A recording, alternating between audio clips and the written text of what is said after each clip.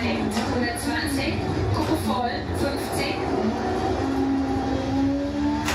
links halten, Übersprung und rechts halten in Achtung, 6 links, Übersprung, macht zu 4, in 3 rechts lang, macht auf über Kuppe, 80, 6 links über Kuppe, extra lang, Hänger 4 rechts lang, macht auf über Kuppe, 60, 6 rechts, links halten für 80, Achtung Kuppe, Gabel 3 links lang, 80, 6 rechts lang, macht auf über Kuppe, Sprung, 30, Kuppe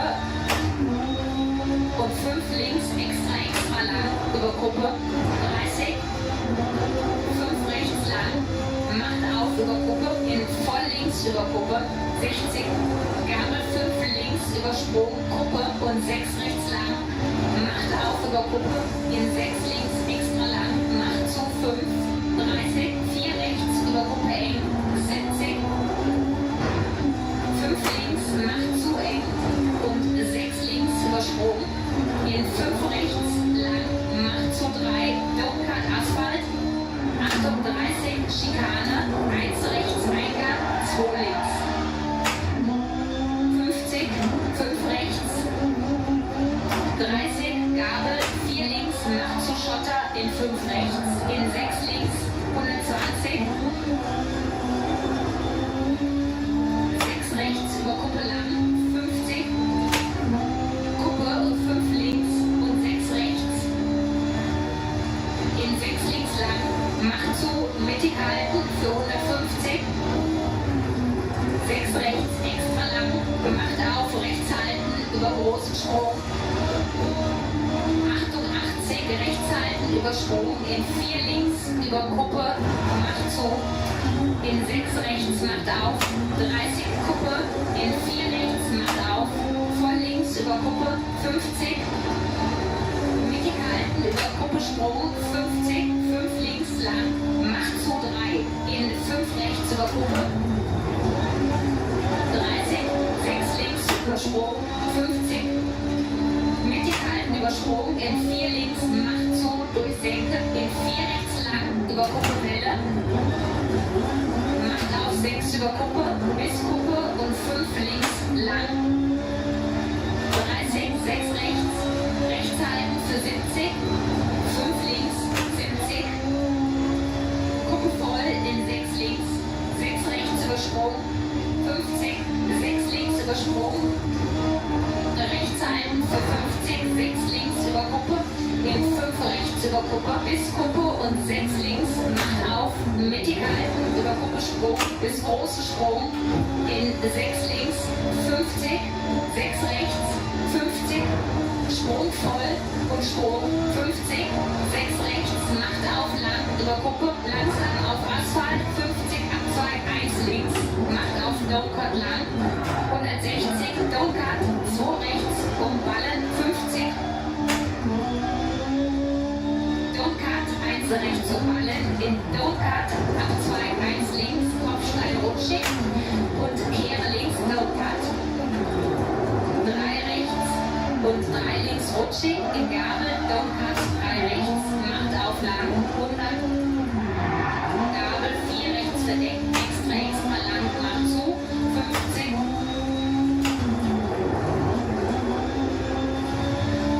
Sprung voll, bis Sprung, langsam, 30, 6 links, 30 Abzweig, 1 links, 30, 6 links, extra lang, 120,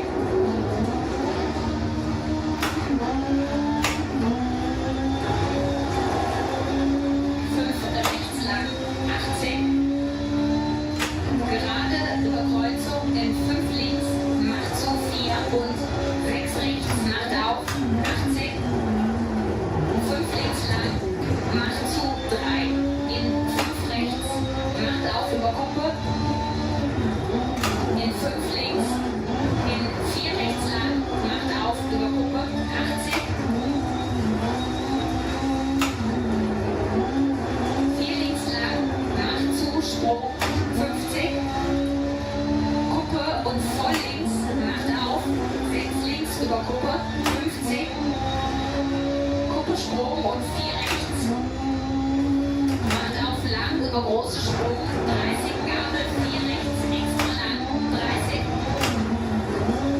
5 links lang, macht zu, 3, 120, Achtung langsam, 6 rechts, in 6 links und Abzweig 1 rechts, verdeckt, macht zu, macht auf über Kuppe, in 6 links lang, in 6 rechts lang, macht auf über Kuppe, 50,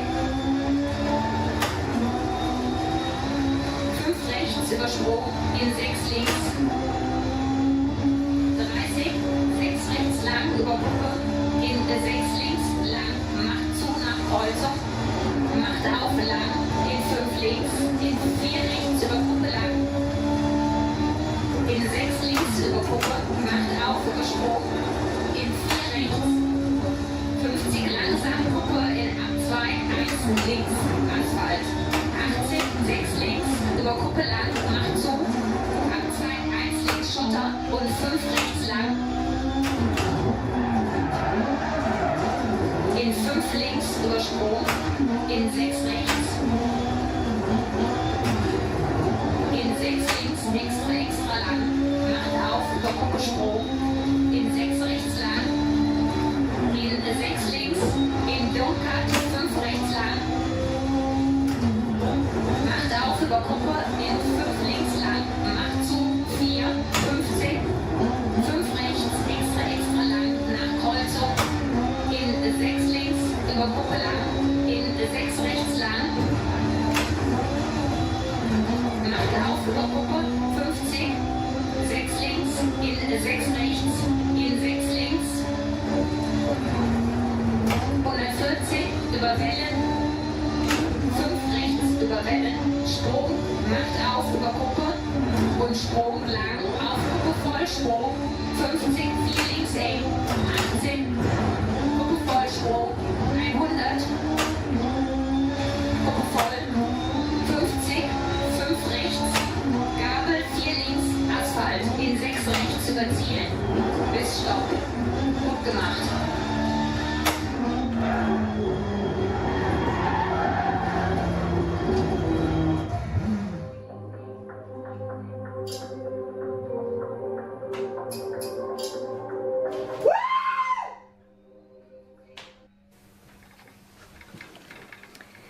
Hello, I am trying to find ways of being quicker on the simulator and trying to drive faster.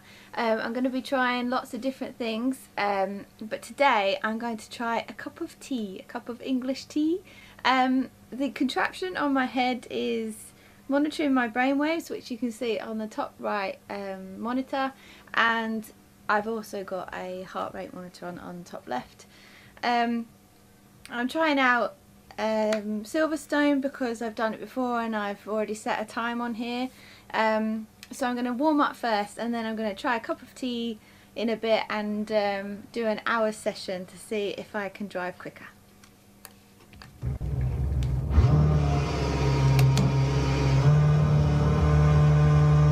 You've got about 5 laps of fuel left.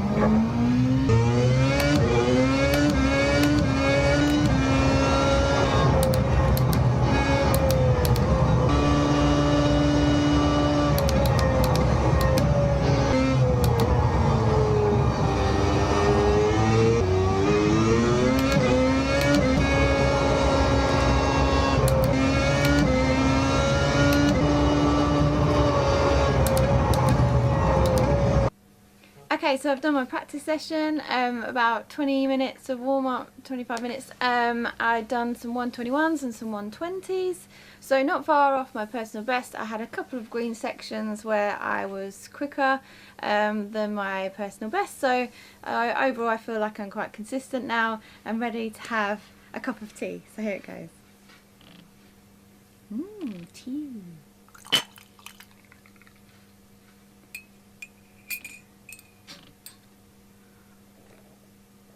It's going to take a while to drink.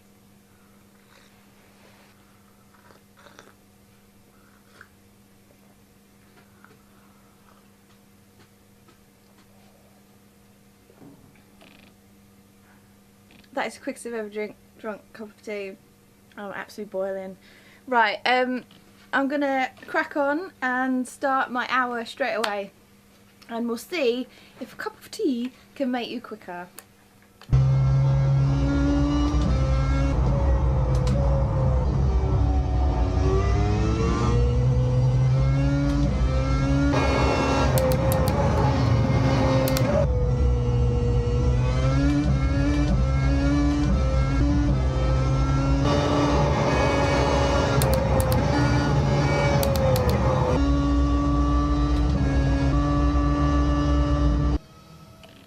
So I am 10 minutes in, and at the moment I feel quite focused and quite robotic. I feel like it's helping me. I feel like I may have got a few more green sections. So yeah, at the moment I actually feel like a cup of tea is helping me. So we'll carry on with this hour.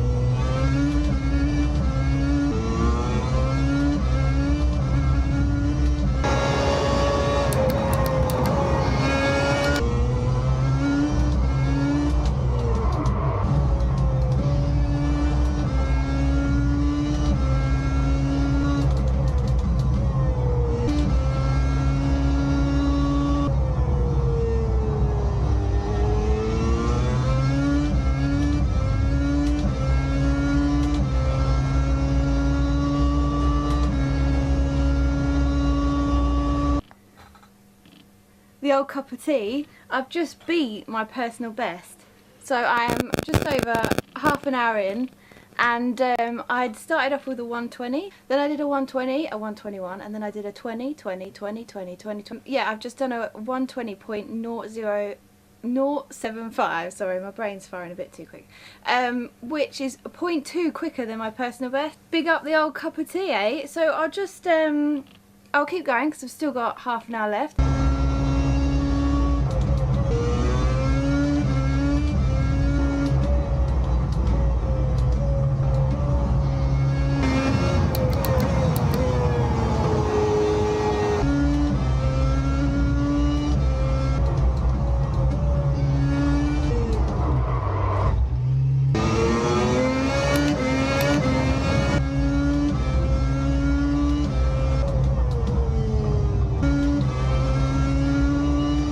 So last 10 minutes now, and I'm still feeling quite focused and determined, that's for sure. I feel like I might have dropped off a little bit, but I can't figure out if that's because I've just beat my time and I'm really excited, or if there's like a peak to this and now I'm dropping off. But I'm struggling a little bit to concentrate. I'm not as focused as before, but I am still focused. So last 10 minutes, let's see if we can still beat this time.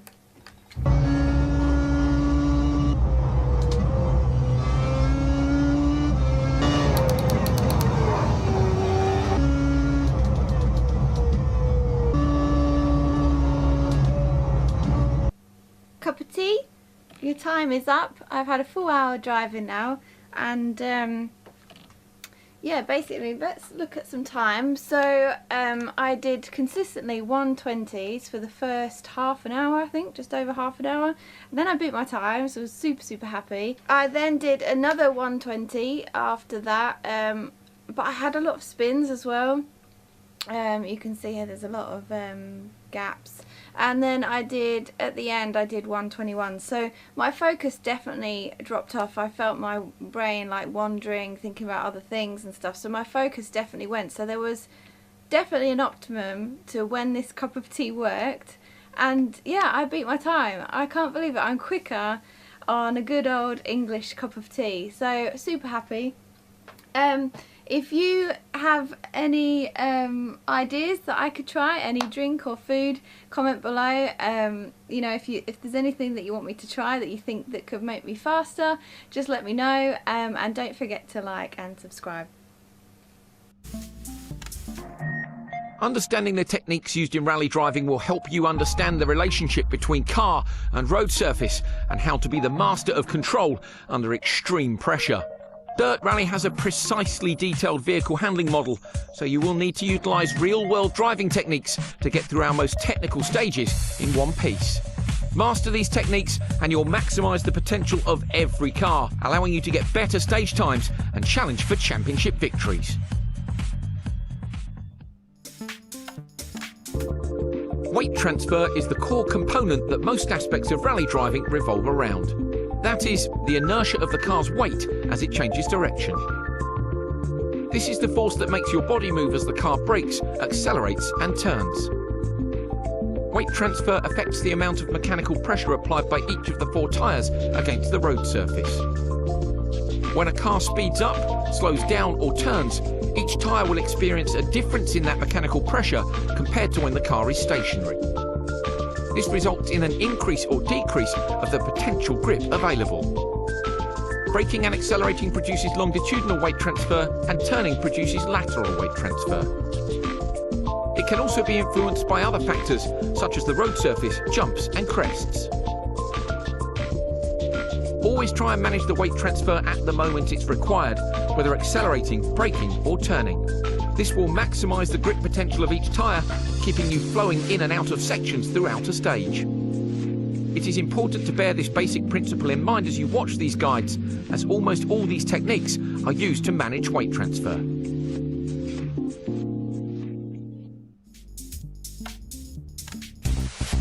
Like an aeroplane, rally cars move in 3 axes: roll, pitch and yaw.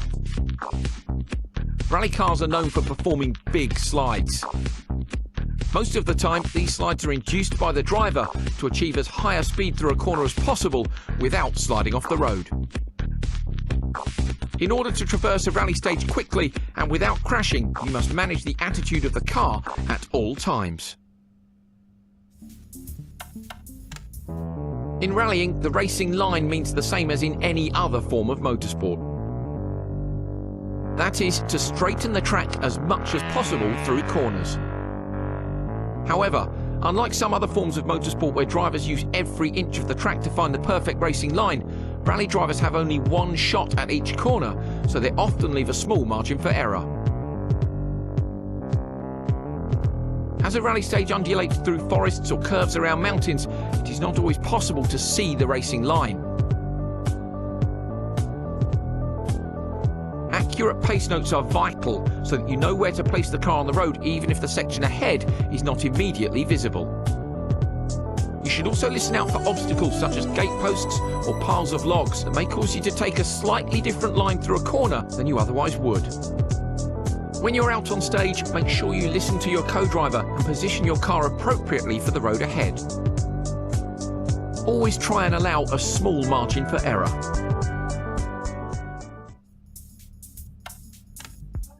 When you hear drivers talking about maximum attack, they are talking about when they are pushing as hard as they can to get the most out of the car. This often leads to some of the most spectacular moments in rallying as drivers set stage records or push too far and have an event-ending crash. Knowing when to push and when to be conservative are vital when competing in an event. If you're recovering from a mechanical issue and you're trying to make up time to the rest of the field, it may be a valid strategy to push harder as you have very little to lose. If you're in the top 3 and setting competitive stage times, it may be more sensible to take a conservative approach and avoid any big risks. In reality, drivers often take a measured approach, driving at 95% of their full potential so as not to make any big mistakes while still maintaining a competitive pace. In Dirt Rally, this measured approach is advisable as you get to grips with your car and how it responds to the stages and the conditions.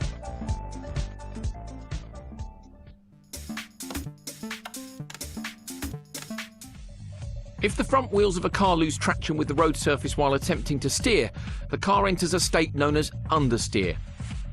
Understeer is always bad and never intentionally used in any rally driving technique. In fact, some of these techniques are used specifically to avoid understeer.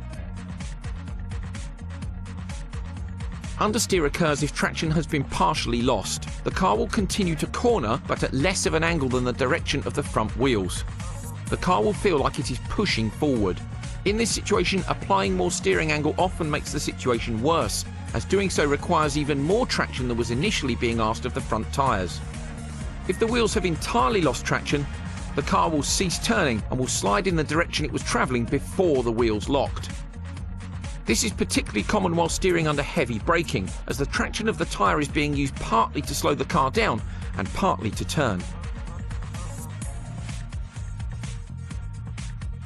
The correct response is to stop any input to the brake and accelerator and reduce the steering angle. This allows the weight of the car to settle and traction to be regained. On loose surfaces such as gravel and snow, there is an increased chance of understeer due to the reduced level of grip, so techniques are often used to induce oversteer to prevent the car from understeering in the first place. Front-wheel drive cars are particularly prone to understeer as all braking, accelerating and turning forces go through the front tyres. Understeer can occur while accelerating if the combined forces of accelerating and steering overcome the traction available. A similar loss of traction can occur due to braking and steering. Rear-wheel drive cars are least prone to understeer as the front tyres are only used to brake and turn. In fact, their characteristics are more prone to oversteer. Four-wheel drive cars tend to exhibit the characteristics of front-wheel drive cars under braking on corner entry and rear-wheel drive cars under acceleration on corner exit. Rally teams work hard to reduce these characteristics and give a more balanced setup.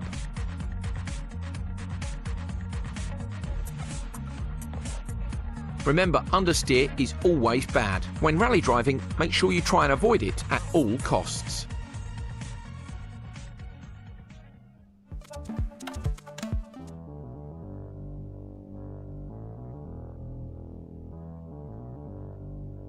If the rear wheels of a car lose traction with the road surface while attempting to steer, the car enters a state known as oversteer. This is when the angle of the car exceeds that of the steering input and the rear of the car steps out of line with the front. Unlike understeer, oversteer is often used as a technique to increase the speed at which corners can be taken. By proactively eliminating understeer, a higher exit speed can be achieved. How oversteer is induced and controlled depends on the type of drivetrain in the car. By definition, front-wheel drive cars do not have any drive to the rear wheels. Therefore, oversteer cannot be induced by applying the throttle, but can be induced by using weight transfer. Once a front-wheel drive car enters oversteer, the attitude of the car can be controlled by steering with opposite lock, accelerating, decelerating, or braking. Applying opposite lock while accelerating will effectively speed up the front of the car and will bring the rear of the car back in line. If more oversteer is required, for example if the corner is tighter than expected, decelerating or braking will increase the amount of oversteer by maintaining the weight over the front wheels and therefore reducing the grip on the rear. As the rear wheels of a four-wheel drive vehicle are powered, you can also induce and maintain oversteer by using the throttle to spin the wheels. Depending on the ratio of power delivery between front and rear wheels, the car may have a tendency to oversteer more or less on corner exit. If the ratio is biased towards the front, under acceleration the car may pull itself out of oversteer. However, if the ratio is biased toward the rear, applying power may increase oversteer by spinning the rear wheels. Subtle control of the steering, throttle and brake is used to initiate, maintain and exit oversteer, and the same weight shifting techniques apply to four-wheel drive as for front-wheel drive cars. Unlike front and four-wheel drive cars, rear-wheel drive cars require the opposite technique with regard to throttle control during oversteer. Oversteer can be induced and maintained by weight transfer, but also by applying power to break the traction of the rear wheels. Once oversteer has been initiated, continuing to apply power will maintain the slide. In order to limit or correct oversteer, throttle input must be reduced. Lift-off oversteer occurs when, during cornering, you lift off the throttle.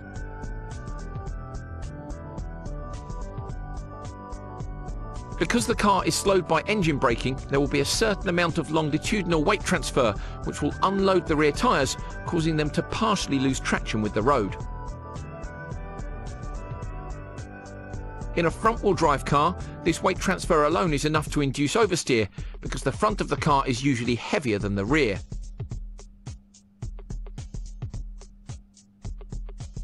In four-wheel drive and rear-wheel drive cars, although the difference in the static weight between the front and rear may not be as great as a front-wheel drive car, the effect is amplified by engine braking also acting on the rear wheels as they are unloaded by the weight transferring forward. The key thing to remember is that oversteer is used as a technique to increase the speed at which corners can be taken.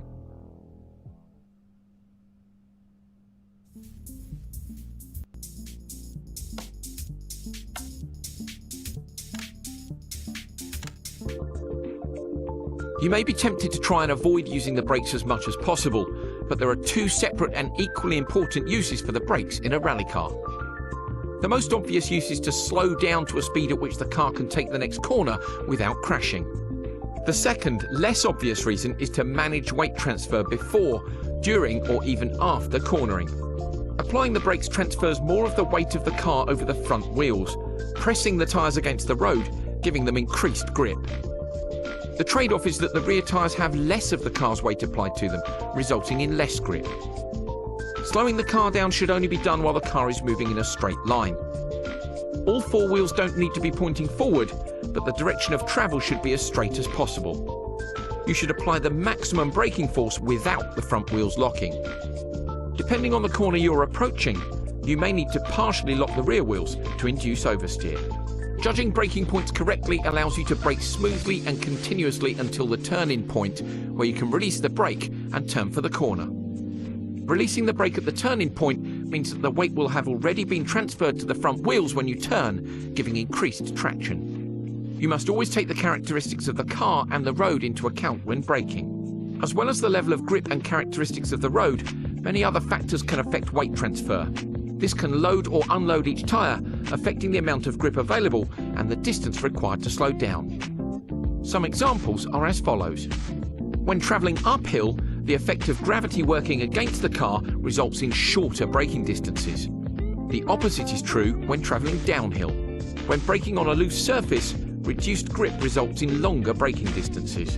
The level of grip is often variable from corner to corner, so it is usually prudent to leave a margin for error. When braking on clean, dry tarmac, you will have shorter braking distances. As there is generally more grip, the car will tend to remain more stable than on loose surfaces. Conditions such as wet weather, mud on the road or ice will result in longer braking distances. The overall weight of the car has a dramatic effect. Heavier cars take much longer to slow down than lighter cars. If the wheels are inadvertently locking during braking, the wheels will slide across the surface rather than slowing the car down. So remember, use the brakes to slow the car down to a speed at which it can take the next corner without crashing, and to manage weight transfer before, during or after cornering. Always be aware of the road conditions and adjust your braking distances accordingly.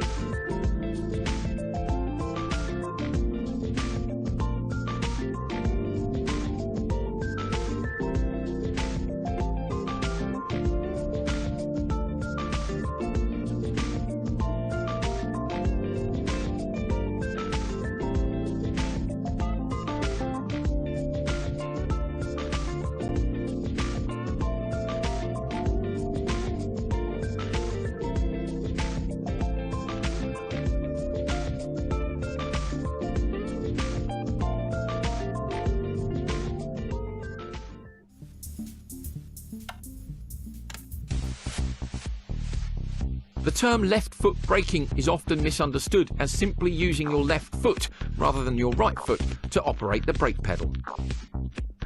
While that fact is true, it only scratches the surface in explaining the technique.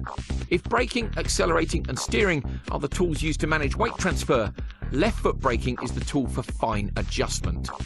Using your left foot on the brake pedal and your right foot on the accelerator has a number of advantages. The amount of time taken between pressing the accelerator and brake pedals is significantly reduced compared to using your right foot only.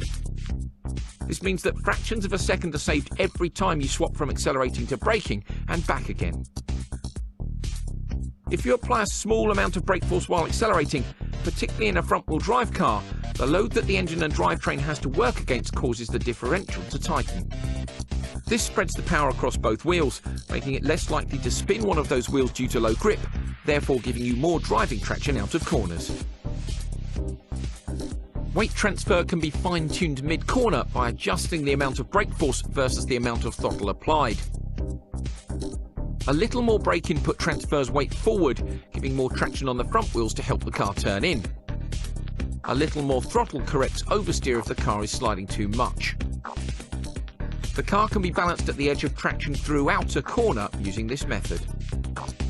Brake balance adjustment can be used in conjunction with left foot braking to tune the balance between understeer and oversteer. Some of these principles still apply if you use your right foot on the brake, but clearly the speed at which you can move between pedals becomes a factor.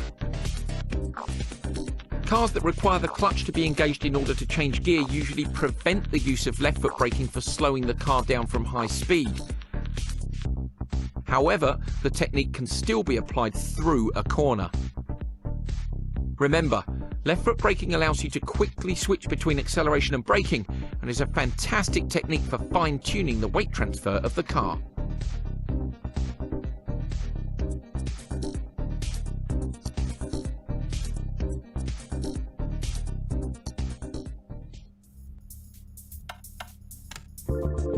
Tyres operate at their optimum with a certain amount of wheel spin.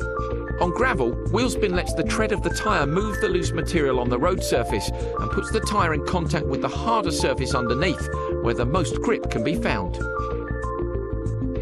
However, excessive wheel spin prevents the tyres from achieving their maximum grip potential, and so it's not always appropriate to floor the accelerator.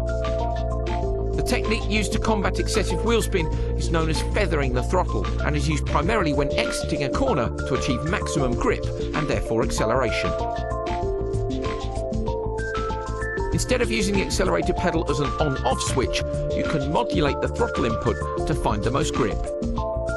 The amount of throttle input required to do this will vary from surface to surface and even from corner to corner, so it is more a case of feeling for the grip than knowing exactly how much throttle to apply.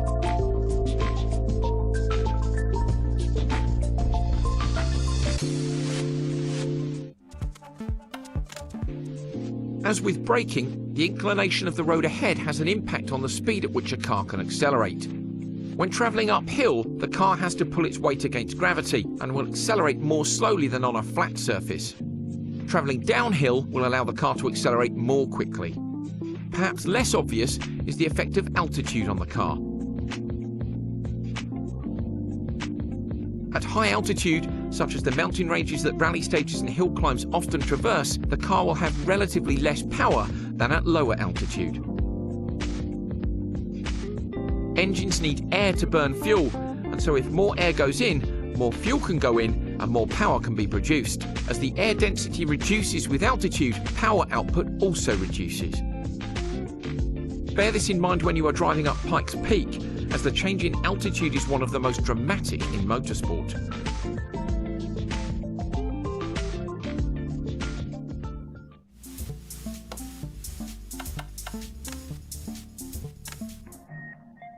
As with braking, weight transfer is an extremely important aspect of making a rally car turn. Simply turning the steering wheel does not guarantee that the car will move in the desired direction. As a driver, you must ensure that the weight is transferred to the correct place at the correct time. In general, the weight should be transferred to the outside front wheel relative to the direction of the corner. Braking places the weight of the car over the front wheels, but other factors should be considered, such as the current attitude of the car and the characteristics of the road. The current attitude of the car will vary depending on the section of road ahead. 2 corners in the same direction will mean that the weight will already be in the correct place to take the second corner after the first. With 2 corners in opposite directions, you will have to make sure that the weight is transferred to the other front wheel after the first corner before the car will change direction for the second. The rate at which the weight transfers in any direction is dependent on the surface, the available grip, and the setup of the car. In sequences of corners that change direction, you can use the pendulum effect to help the car change direction from one corner to the next. Crests, jumps, dips and other obstacles can all destabilize the car and stop you from transferring the weight to the correct wheel, and so these factors need to be taken into account. Making sure that the weight is transferred to the correct place at the right time is one of the most important aspects of rally driving, so make sure you keep this in mind at all times.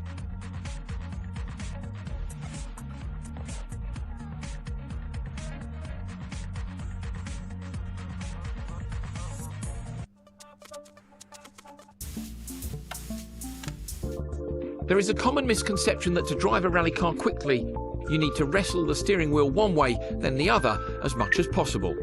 When you turn the steering wheel, you are transferring the weight of the car to the wheels on the side where it's needed to load the suspension and provide traction for turning.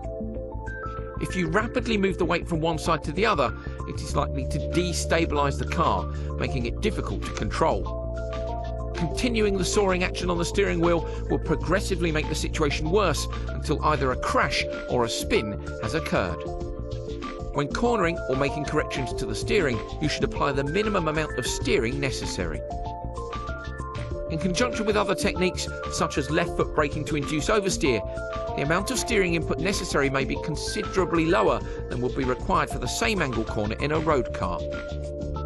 As well as keeping the car as stable as possible, using the minimum amount of steering takes the least time to apply and then remove. Consider a situation where the car unexpectedly and significantly oversteers. If you were to apply a lot of opposite lock, it may correct the situation. However, the rear wheels may suddenly grip, snapping the car out of oversteer, and you may have to rapidly unwind the opposite lock in order to prevent the car from transferring into oversteer in the other direction. Excessive steering lock would only serve to make this situation more difficult to control. So remember, always try to use the minimum amount of steering input possible in conjunction with other techniques to make sure the car remains as stable as possible.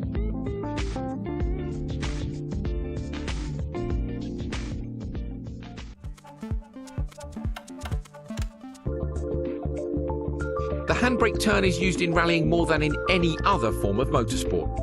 The aim of performing a handbrake turn is to get the car to dramatically oversteer at relatively low speed, which enables a tighter turn to be taken than using the steering axis of the wheels only.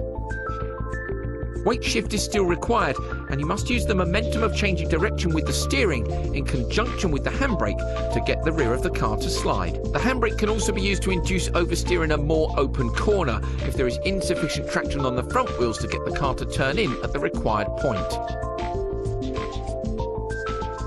Remember, handbrake turns are used to navigate very tight corners such as hairpins that would be difficult or slow to drive around normally. So listen out for these types of corners in the pace notes.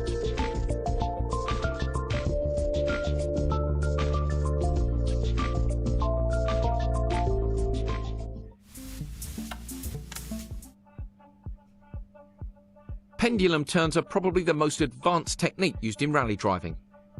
They are essentially the culmination of all the techniques we have described in these guides. They are used specifically to prevent the car from understeering on loose surfaces when approaching sharp turns or hairpins at relatively high speed.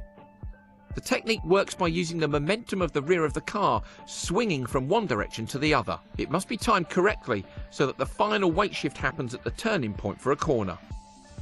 Modern rally teams put a lot of effort into reducing their car's tendency to understeer, so pendulum turns are not used as much in today's cars as they were with the classics. In order to explain the process, here are the inputs you should make and the effect it will have on the car at each point during a pendulum turn. In this example, the car is travelling at high speed on a straight piece of gravel road and has to make a 90-degree turn. As you arrive at the braking point, you get hard on the brakes to slow the car down and shift the weight of the car forward. With increased grip on the front wheels, flick the steering wheel in the opposite direction of the corner. The reduced weight over the rear wheels will put the car into oversteer, with the rear of the car stepping out and the front of the car pointing away from the corner. You can now increase your throttle input, reduce your braking input, and steer in the direction of the corner before modulating all three inputs. This allows you to maintain the oversteer until the point at which the car needs to turn in for the corner. It's worth noting that the lateral grip of the tyre combined with some braking input causes the car to rapidly decelerate, as if braking hard in a straight line. Now release the brake pedal and feather the throttle. This will snap the car out of oversteer in the initial direction. The momentum of the weight shift of the rear of the car, coupled with the acceleration and steering input, will initiate oversteer in the direction of the corner. At the turning point, apply full throttle and move the steering wheel in the same direction as the rear of the car. This is the pendulum part. You want the car to oversteer in the direction of the corner to help eliminate understeer. Now feather the throttle as the car is switching from oversteer one way to the other. You must move the steering wheel in the same direction in order to catch the second slide. You will now have oversteer through the corner. Keep feathering the throttle and control the oversteer with opposite lock.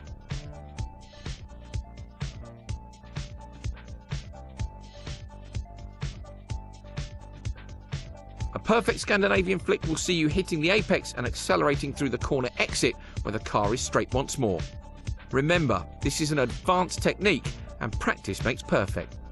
The advantage is that by deliberately using the momentum of the rear of the car, you can actively prevent the car from understeering into a tight corner.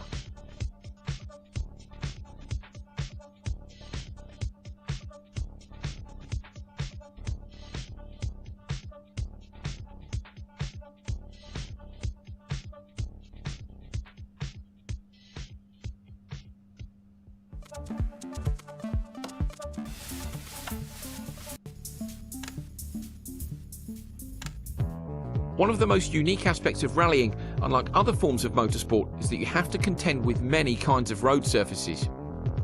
With varying surface types and conditions come varying grip levels. Tarmac, concrete, gravel, dirt, ice and snow and their many variations are all surfaces you will have to get to grips with. While you will be given the most suitable tyres for the conditions in dirt rally, it is important to understand their characteristics.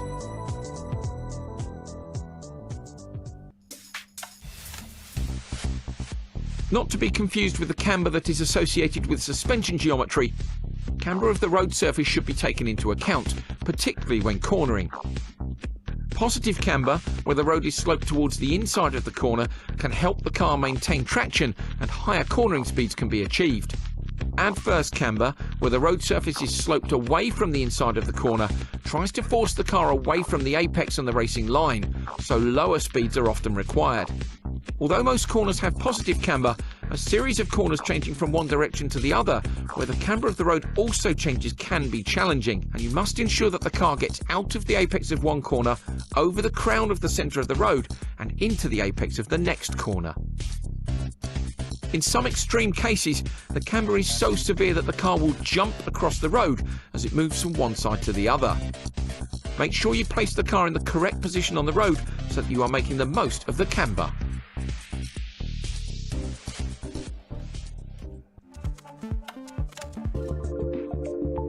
Jumps are often the most spectacular part of any rally stage, but you must consider several factors when approaching them. Firstly, since the wheels of the car will not be in contact with the ground for a period of time, you will be unable to change direction or slow down while airborne. This sounds like an obvious point, but it means that you must ensure that the car leaves the ground with the correct attitude and correct speed in order to land in the correct place. If the road is straight, then it might simply be a case of making sure the car leaves the road while also pointing straight. But if the jump happens to be in the middle of a corner, you will need to ensure that the trajectory of the car will land back on the road. This is particularly important when there are ditches, rocks, trees or other obstacles lining the side of the stage. Weight transfer also plays an important role when approaching a jump. Depending on the nature of the road either side of the jump, there may be a need to slow down or even brake before it. Imagine approaching a jump at high speed, which has a sharp corner immediately after it. You would need to brake before the jump to reduce the speed, which would transfer the weight of the car over the front wheels. In general, it is advisable not to have the car in this attitude as it leaves the ground over a jump, as it would be likely to nosedive and land hard on the front, which could result in damage to the sump, radiator or suspension. Instead, you should brake up to the lip of the jump, but stop braking just before you take off to move the weight back to the centre of the car. In some cars, especially front-wheel drive or other cars that are nose heavy, it may even be prudent to be accelerating as the car leaves the ground. Doing this will transfer the weight to the rear just before takeoff, which will further help prevent the car from nosediving. Remember, even though big jumps at high speeds can be spectacular, taking them at the highest speed possible may not be the quickest way to tackle a jump. The longer a car is airborne, the more it slows down, so you should consider taking a jump at a slightly lower speed to get the wheels back on the ground as soon as possible. Although seemingly innocuous, crests can dramatically impact the stability of the car. Even if the car doesn't leave the ground as it would over a jump, a crest can often cause the car to go light and unload the suspension and tyres, resulting in reduced traction. This is particularly important if the crest is immediately before, during or after a corner, and this should be taken into account when approaching them. The other thing to consider is that depending on their size, they can prevent you from seeing the road ahead. Again, this is particularly important if the crest is immediately before a corner. Imagine approaching a crest which you cannot see over at high speed that is immediately before a slight corner. It is essential that you put the car in the correct place on the road and at the right attitude to take the corner, even though the corner cannot be seen until the last second.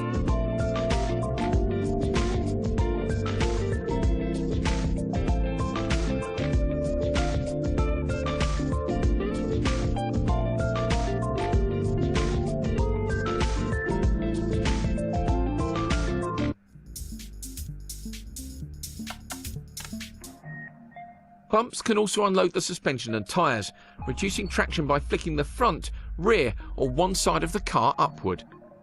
Rally stages are usually uneven surfaces, but particularly bad bumps that unsettle the car or require you to do something different than you otherwise would are often called out in the pace notes. Bumps don't always stretch across the entire width of the road, and so evasive action may be necessary, such as moving to one side of the road. Dips or other compressions in the road surface can be unpredictable and should be treated with caution. Dips that occur over a long distance may not have too big an impact on the car, but those that are shorter can act like a severe bump, as the suspension is compressed and then rapidly extended, causing the car to be flicked into the air. Extra caution needs to be taken when traversing extremely rough terrain, with many bumps and dips that can unsettle the car. Care should also be taken when crossing water splashes, as they can, like dips and bumps, be unpredictable. Depending on the depth of water and the width of the crossing, the approach may change from flat out to slowing right down and just driving through it at a normal road speed. Hitting deep water at high speed can damage the front of the car, so it is often better to lose a few seconds by slowing down than losing minutes with mechanical damage. Remember, this is why bumps, dips and water splashes are called out in your pace notes, and where listening to your co-driver is extremely important.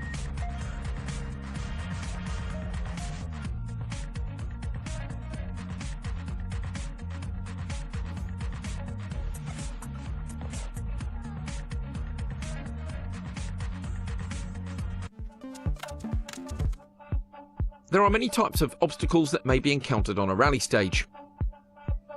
On a gravel stage through a forest, it is not uncommon to come across logs, branches or large rocks.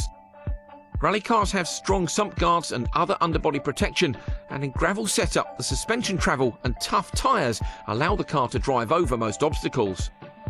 Evasive action may need to be taken if the obstacle is large enough to damage the car or cause a crash. Lower suspension setups with shorter travel and lower profile tyres like those used in tarmac rallies mean that more care must be taken when making the split-second decision to drive over or around obstacles. Fixed obstacles such as gate posts, bridge parapets and cattle grids often require consideration and are therefore included in the pace notes with sufficient description to allow the driver to pass them safely. Make sure you are prepared to take the necessary precautions to avoid a rally-ending incident when you hear these obstacles called out.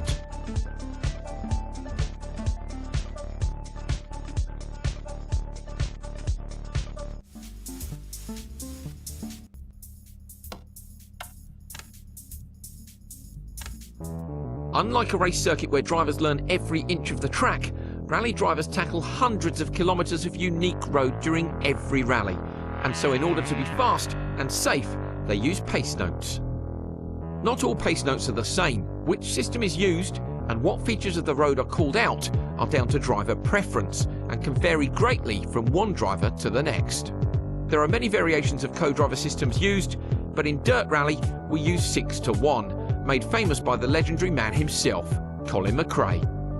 In this system, 6 is the fastest, least severe corner, and 1 is a slow, almost 90-degree corner. We then have square, hairpin and acute to describe even tighter corners.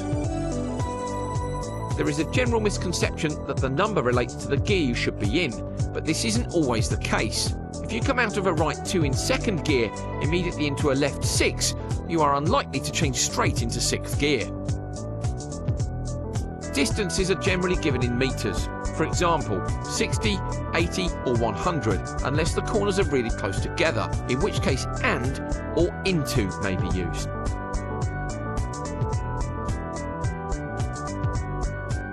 Additional description of detail in the road ahead is also necessary. Calls such as care, caution and double caution signify sections where extra care should be taken.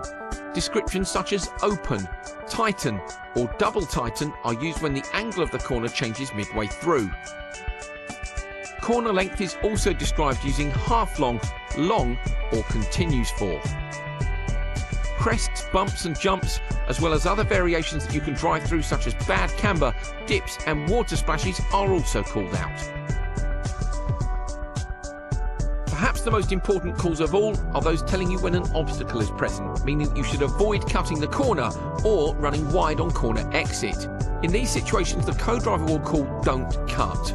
It is vitally important that you listen to your co-driver and don't cut in these situations.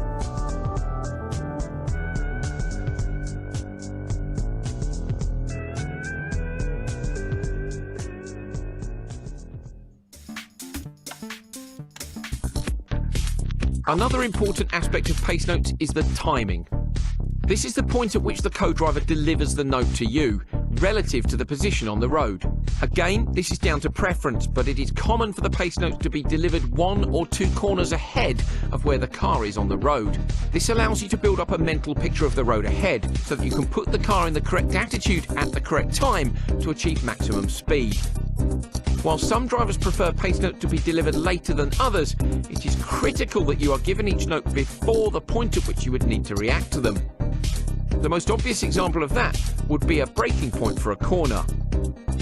If the pace note is given to you after the point at which you would need to brake, particularly for a corner that cannot be seen on approach, this is a late note. Many crashes in rallying have been caused by the co-driver not giving the driver the pace note in time. If you want to, you can adjust the co-driver call timing in the player preferences menu so that the calls are delivered with the timing that suits you.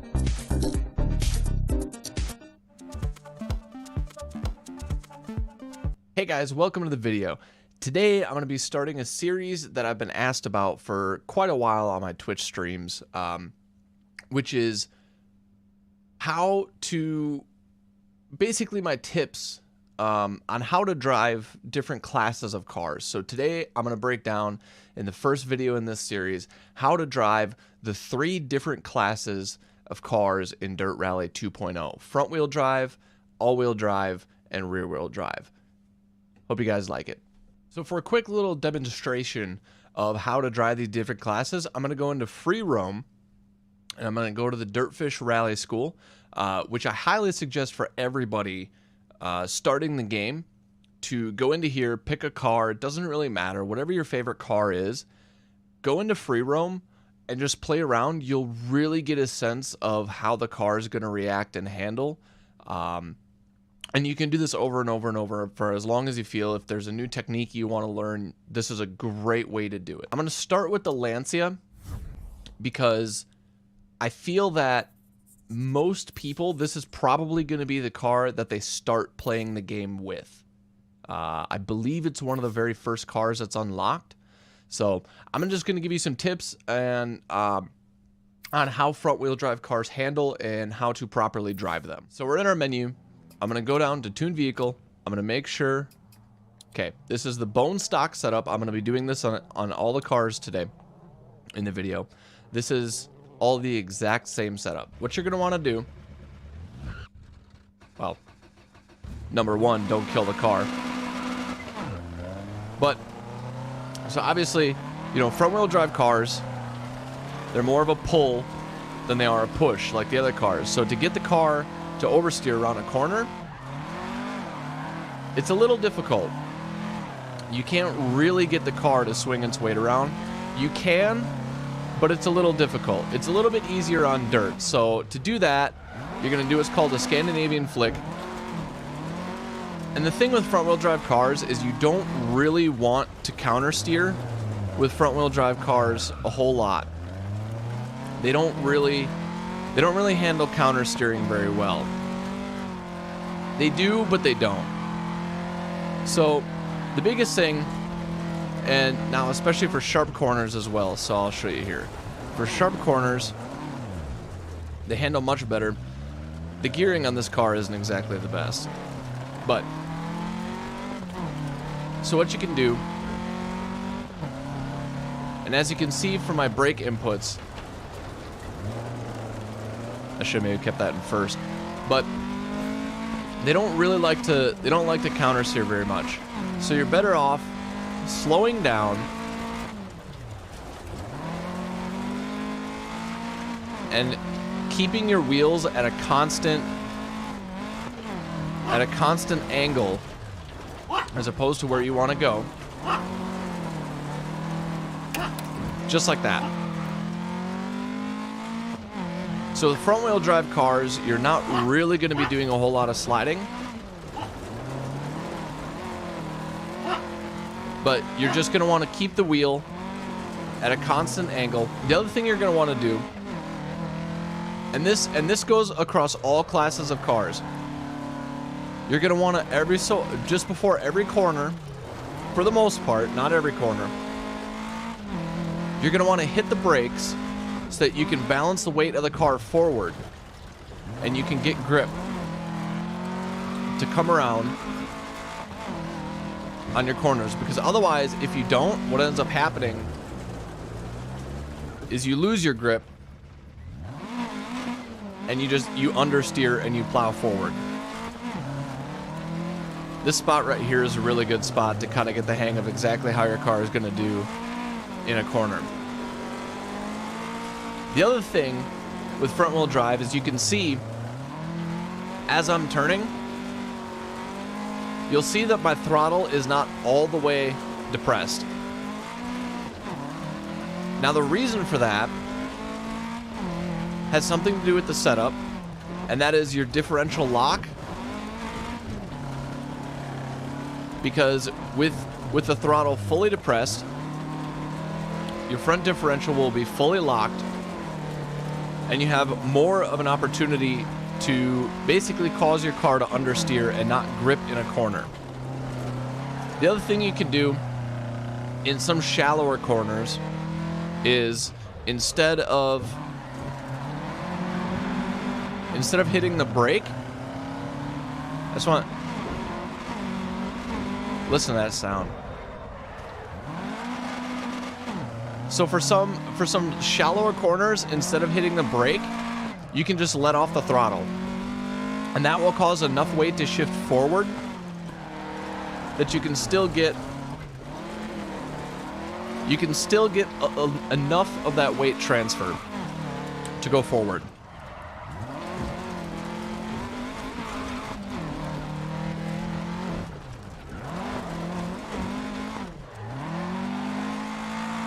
Let's hop over to a rear-wheel drive car, and I'll show you the difference there. So now we're going to hop over to the Ford Escort Mark II, which, again, I'm using these cars because I assume most newer players, when you're starting out, this is probably going to be the first car in this class that you're going to buy. I believe it's also maybe the cheapest. I'm not 100% sure. So we'll load up the Ford in the Dirtfish Rally School, and I'll kind of show you how this car differs on the other end to the front wheel drive cars. Again, bone stock setup. This is exactly how the car comes from the factory, as you would say. Now these cars, especially this one, counter steering is going to be much more of a thing. These cars are much more touchy to throttle and steering inputs than the front wheel drive cars are. So with these cars, the number one thing I can suggest is learn throttle input. Because most of how this car is going to handle is completely dependent on your throttle input. Throttle input is going to be number one. And then after that, it's going to be brake input. Oop. For that exact reason right there. With these cars, you're going to want to do the same thing. You're going to want to brake in front of a corner to shift the weight forward. It's going to happen a little bit more dramatically than it did on the front wheel drive cars. And the reason for that is because as soon as you get on the gas, all that weight transfer is now on the front wheels, and it's not much on the rear wheels.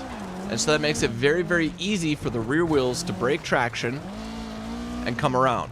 Now, as soon as you feel the rear end start to slide back out, that's when you're going to want to counter steer.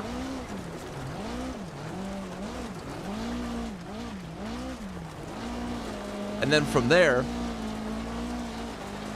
it's simply all throttle inputs and steering inputs to maintain an angle. Another technique you can use is what's called clutch kicks. Now you can use these if you're in maybe a little bit too high of a gear, or you've got a wide angle that you want to keep that. So that's as simple as kicking the clutch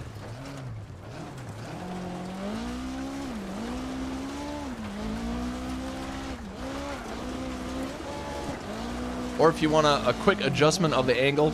I messed that up right there, but so like if you're coming in too wide and you want to quickly adjust your angle, this works a little bit better in hairpins than it will in some shallow corners.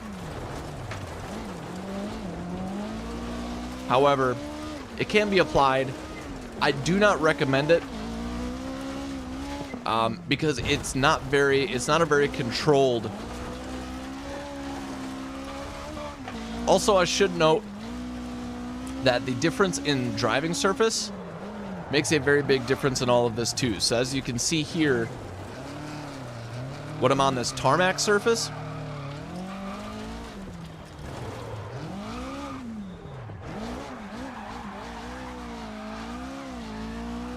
you will lose grip a little bit quicker.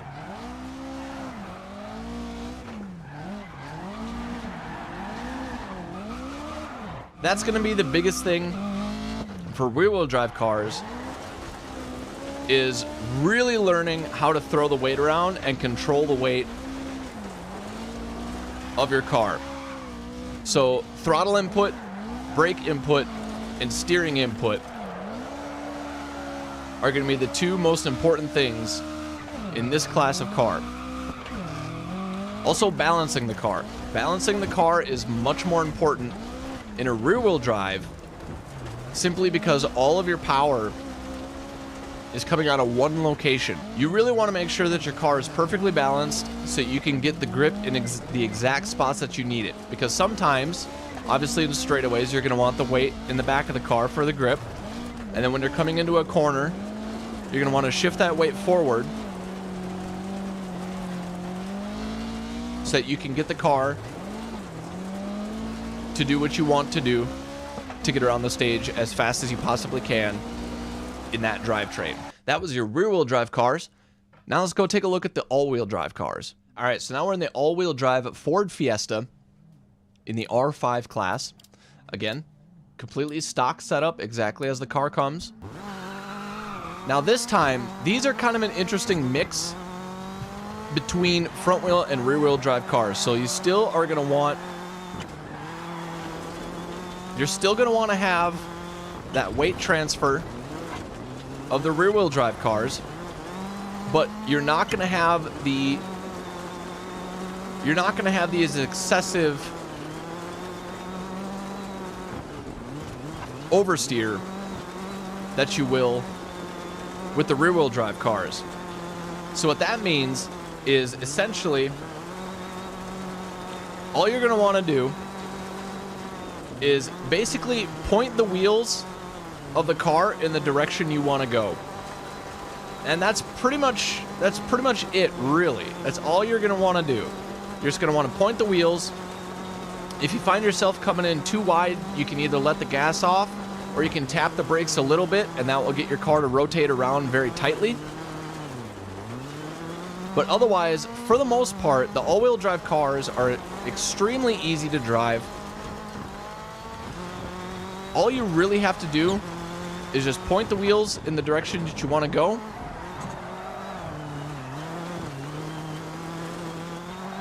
And the car will go. It's fairly simple. There's not much to it. They're very, very easy cars to drive. Now, you have two options that you can take.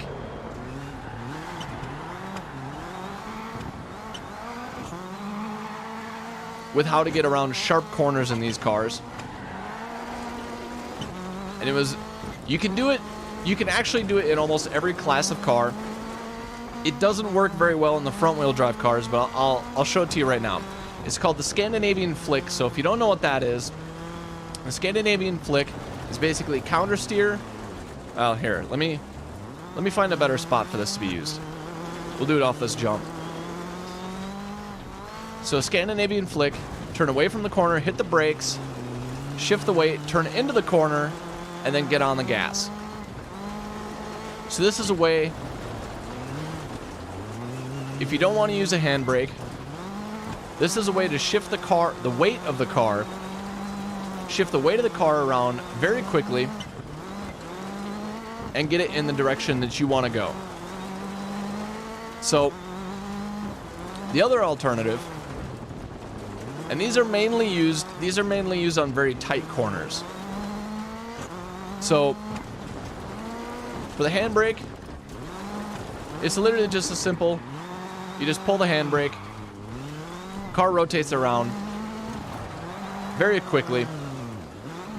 I prefer to stay away from this unless it's a very, very sharp hairpin, because the car sometimes can become very upset and you will lose control of the car. And that's not something that you want to do going 100 miles an hour down a very narrow pathway that you're not aware of. The other thing I can recommend in free play is there's lots of these little trails that you can take. Oh, where did that trail go now? Oh, here it is. There's lots of these little trails you can take. If you want to test your reaction times, drive down those trails as fast as you feel comfortable with, and just randomly pick. Say, I'm going to turn here. And try to take that corner as fast as you can. Now, the benefit to this is it's free play. So if you crash a car, whatever, no big deal. So, a tip for taking a high-speed corner like that is, as you're driving straight, simply a little bit of steering input, tap the brake to shift the weight forward, and the car will kind of bring itself around for you. You don't really have to do a whole lot. Very, very simple. So you're going to have to kind of spend some time getting used to how the car shifts its weight. And all these things can be adjusted in setups later, but that will be a future episode where I'll kind of explain how I set up cars in certain locations.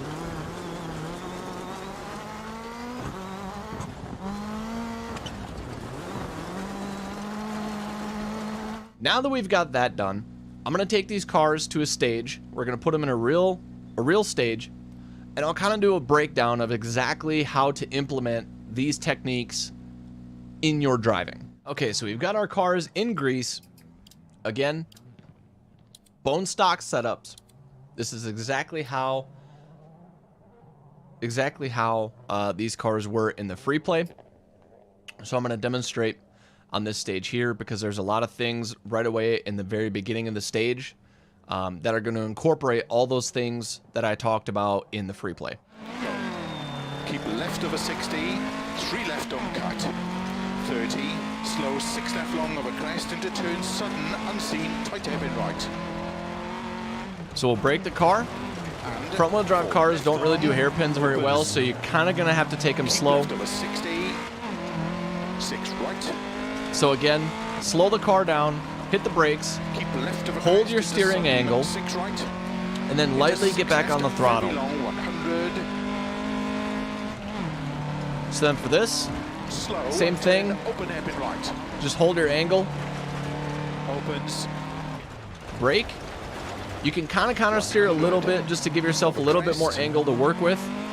6 right long over crest. Into 6 left. And going downhill, your brake inputs are going to have to change just ever so slightly because you are going much faster. 5 right over crest. 50. Oh, I took that corner a little fast. So you can kind of use the Scandinavian flick on these cars a little bit. It doesn't work the best, but it does work in a pinch. These old cars don't really get a whole lot of grip, so this section can be a little difficult in some of these older cars. 5 left over dip and crest, slow 50, unseen hairpin left. Now, what you can also do, which I mentioned before, if you so choose, is you can use the handbrake. I don't like to use the handbrake in older cars that didn't actually have a handbrake. That's just my personal preference on how to play. So you can do it however you want, but for me personally, I like to play the game where if the car in real life didn't have a handbrake, I don't use it in game. So however feels more comfortable for you, or however feels more fun, if you'd like an extra challenge, I would highly recommend not using the handbrake on older cars that did not have one. Very long, tightens.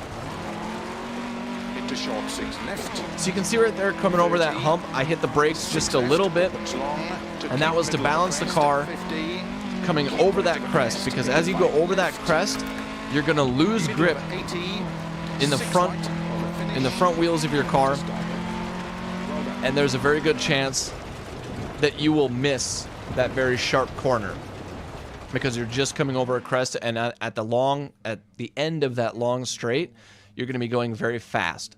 So that is my tip for front wheel drive cars in a real life situation, and especially there's little things like that, like going over crests.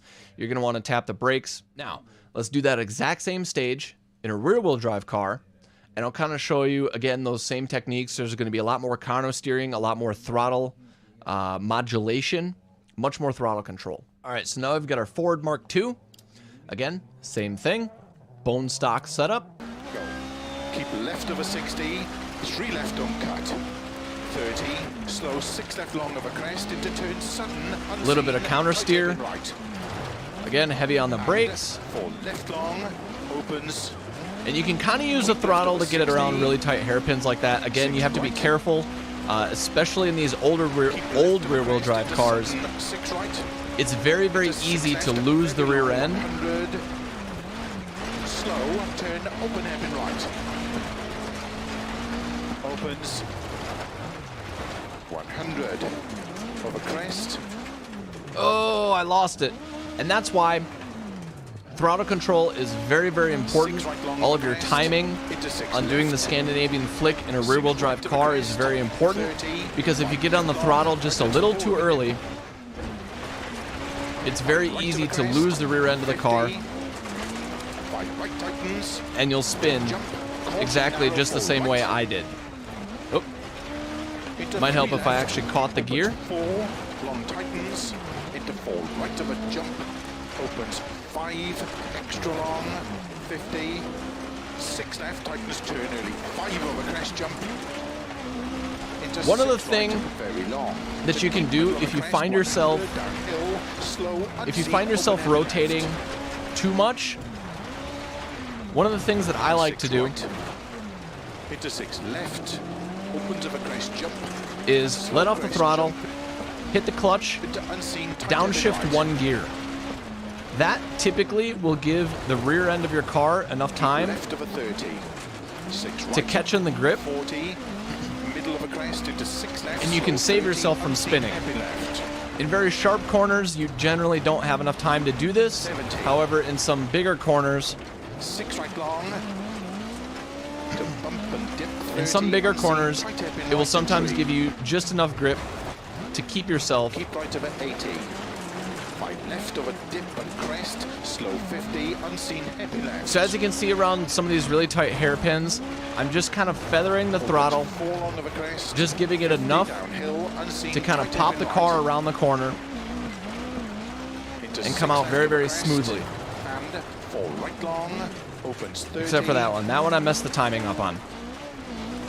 But you have to be very, very careful. It really doesn't take a whole lot, Cut, and you can pop the car around that corner. left long of a crest, opens of a crest, into 6 right, But again, you will be doing much more counter steering 6 right tightens, in a front-wheel drive car 6 right to than you crest, would in a front 6 wheel. left, 50, tight, 4 left of a crest, into turn, 2 right tightens, opens 5, very long, tightens, into short 6 left, 30, 6 left, opens long, to keep middle of a crest, 50, keep right of a crest, into 5 left, middle of a 80, 6 right, over finish, to stop.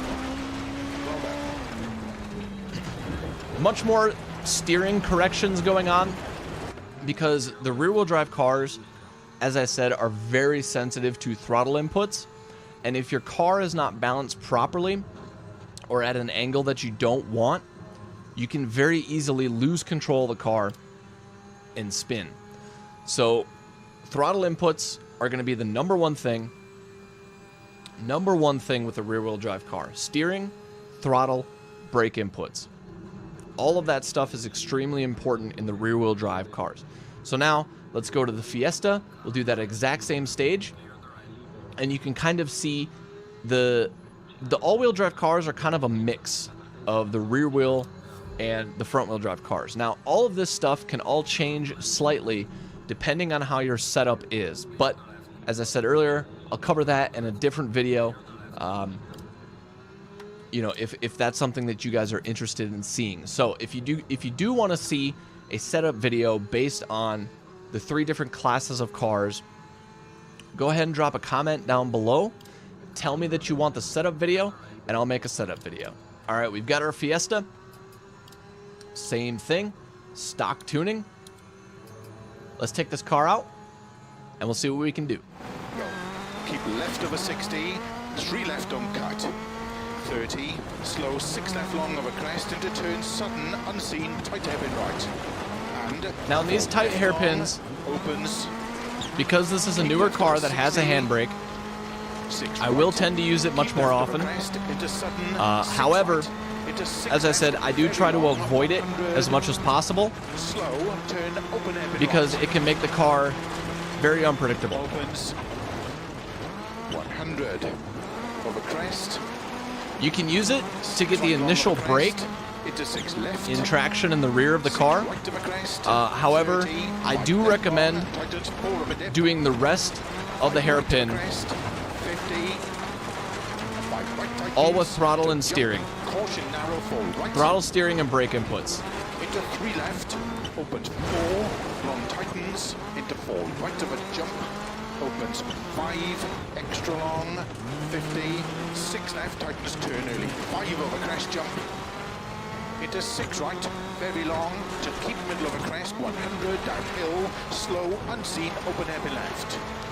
So again, the Scandinavian flick 6 right. on the brakes, counter steer, Into 6 turn in, left, opens of a crest get the jump, brake and traction with the weight slow transfer, crest jump into and boom, unseen, tight you're around the hairpin corner right. and going. Keep left of a 30.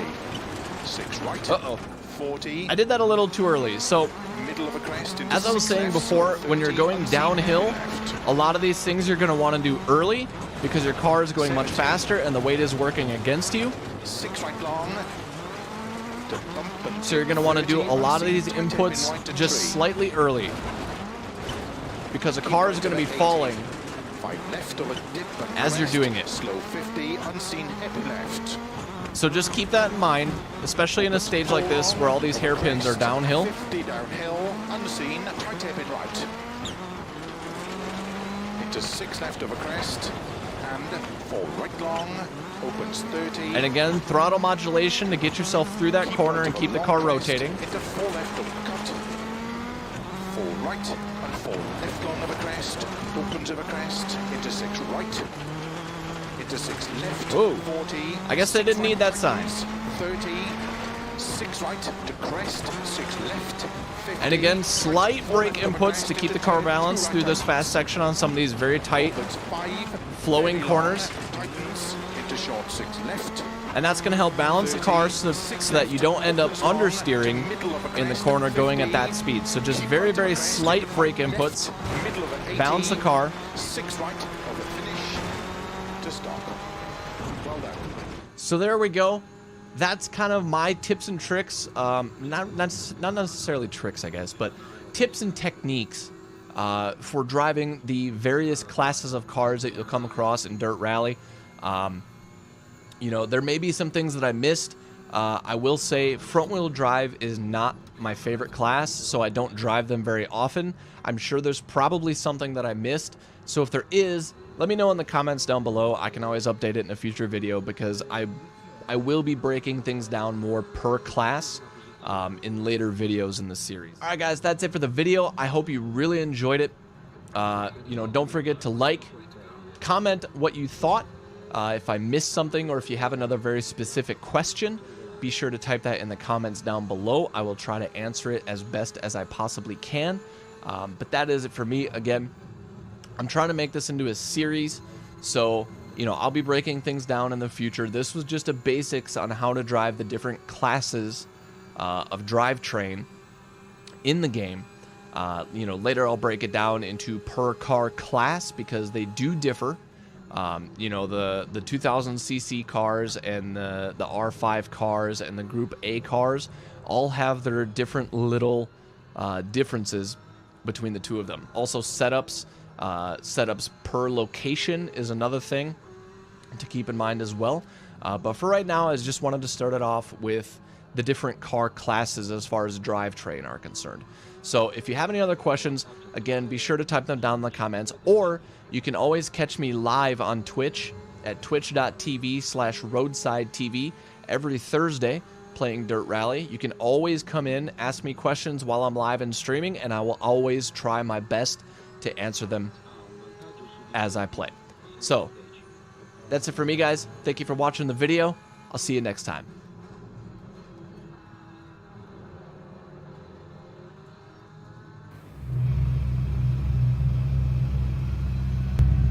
Five, 4, 3, 2, 1, go.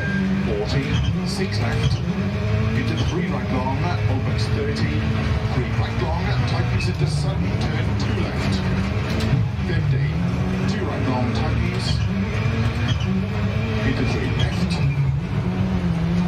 into 3 right, 30, 4 left long, tightens, slow 30, 6 left tightens, turn 2 left. Into 3 right long, tightens, 30. 4 left of a crest, small cut maybe, 30. 3 right long, tightens, 2, 30. 3 left, 60. Turn 5 right,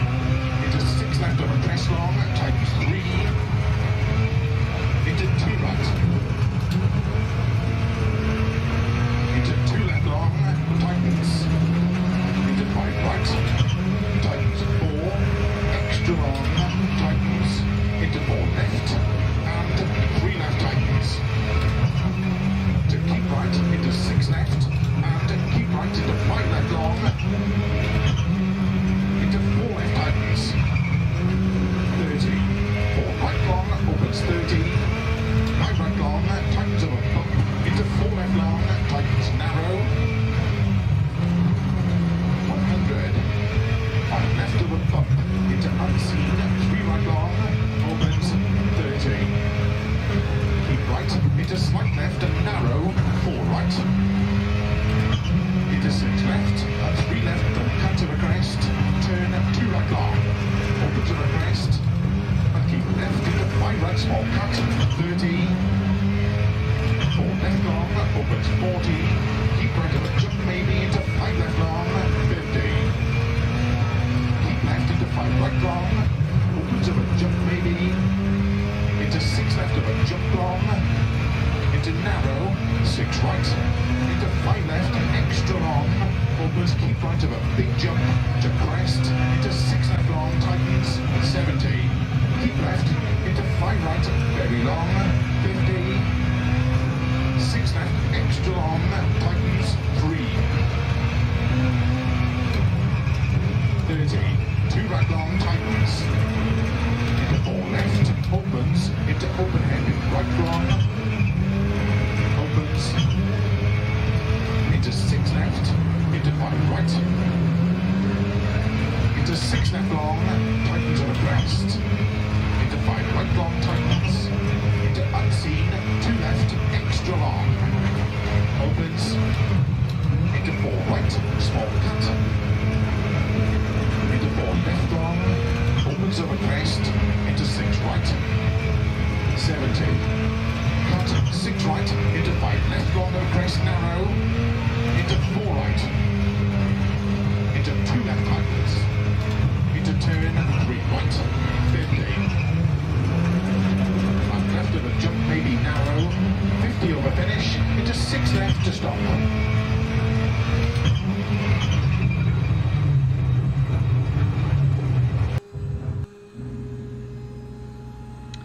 So I thought I'd show you guys my hillbilly setup here.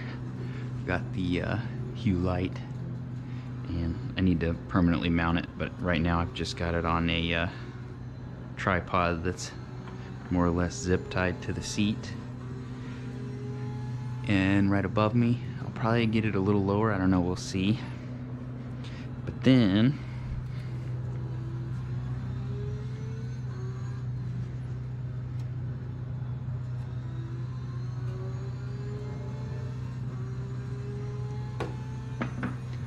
it's still on up there, and Spa is a pretty good one, but you can kind of see the light on my hands. And then when we go underneath, pretty, you wouldn't think that it really adds much, but it's pretty awesome.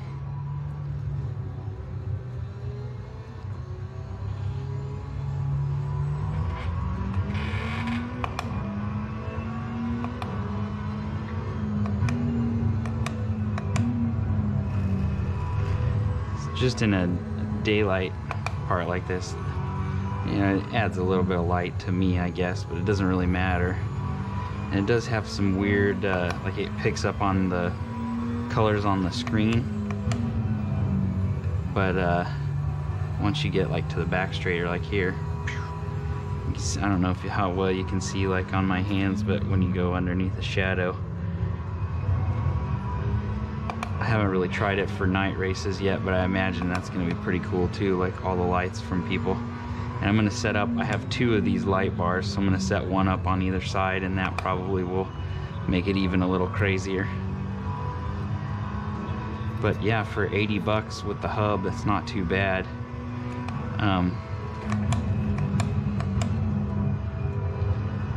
Not bad at all for what it is. Definitely probably wouldn't say, because I think normal price is about 200 bucks or something like that. I don't know if I would pay $200 for it, but for 80 bucks I would say it was worth it. And it was really easy to set up. There's a lot of videos on YouTube on how to set it up. I probably need to change it a little bit so that it doesn't reflect on the screen up there. I mean, it does a little bit. It's really not distracting. It's more my little bezel hider up here that it reflects on. But for the most part, I'm pretty impressed. Shadows are now my favorite thing in the game. haven't really tried it with any other games. I feel like the Nürburgring or something on this would be really cool.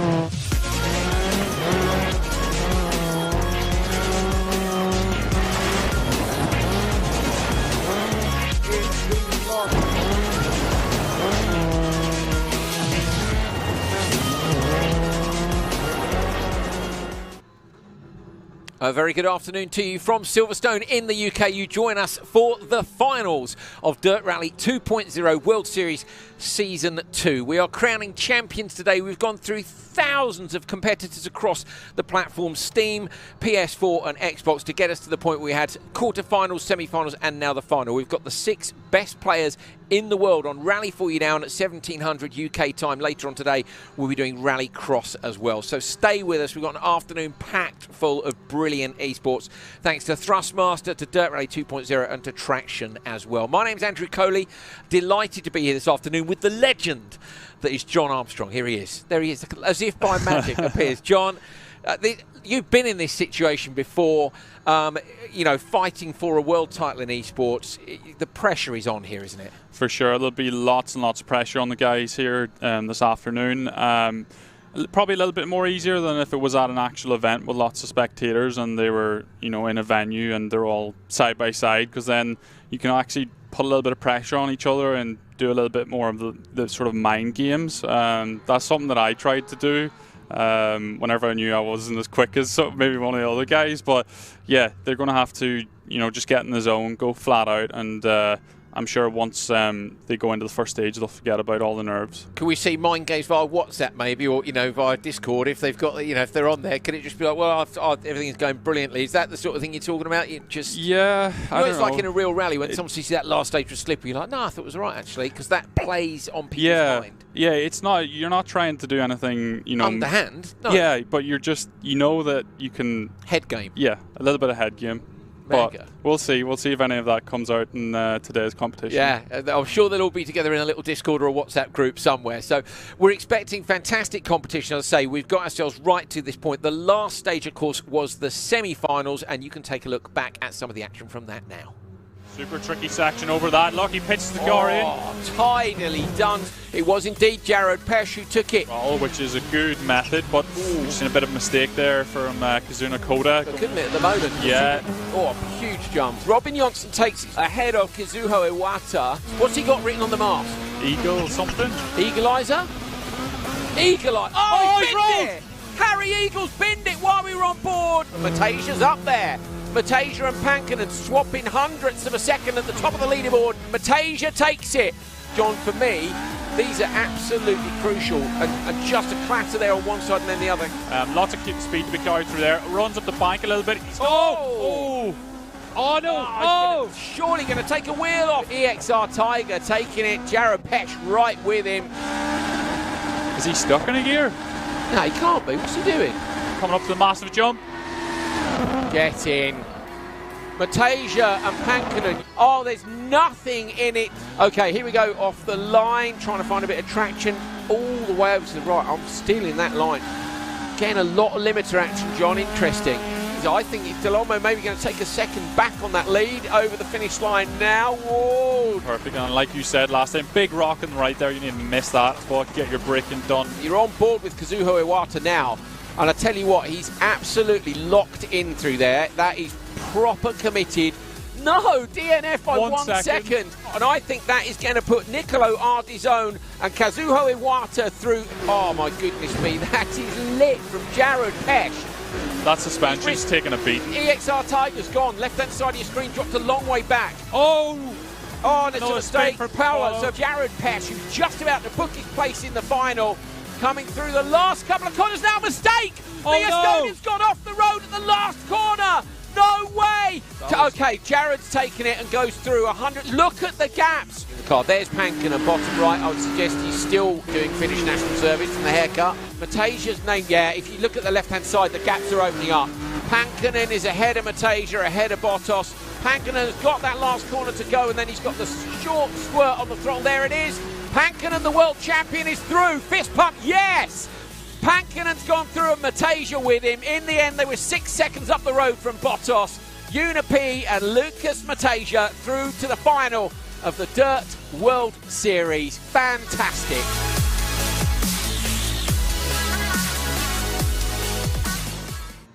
How close between Mateja and Pankkinen. Pankkinen, of course, the reigning champion. Juha Pankkinen also won the Dirt 4 Series prior to Dirt Rally 2.0. That was when Rally and Rallycross were in together.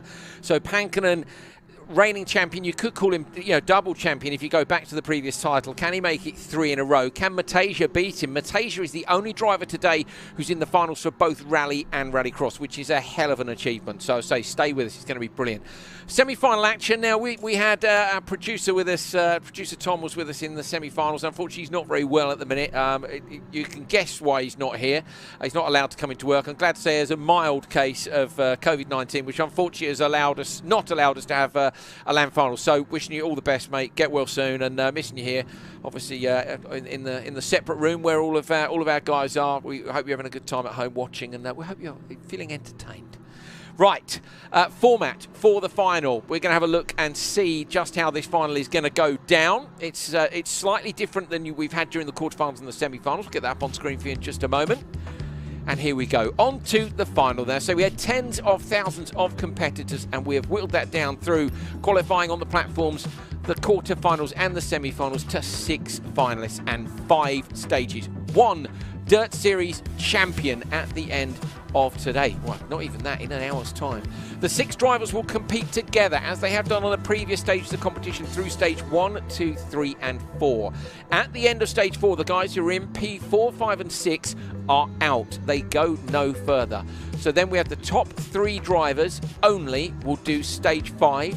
And they'll do it one at a time, so the pressure is really on, and that single stage will decide who takes home the Champions Trophy. Dirt Rally 2.0 World Series Champion Season 2.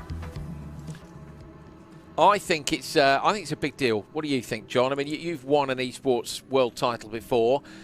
How much do they want this? Well, there's a huge community out there of players, and these guys are effectively the superstars in that community, and everyone's looking to them as their heroes. So, each finalist here today really wants to take that gold trophy home, and they may settle for the other 2, but they'll definitely have their eyes set on the gold. Yeah, so it's a bit of pressure, but yeah, there's some amazing drivers here today, some of the best on Dirt Rally 2.0. I wanted to ask you about Juha Pankkinen, say double champion. Obviously you won. Did you go back and try to defend your title the following year of esports? Yes. So how was it going back as the defending champion? Because that's the position that Juha's in today.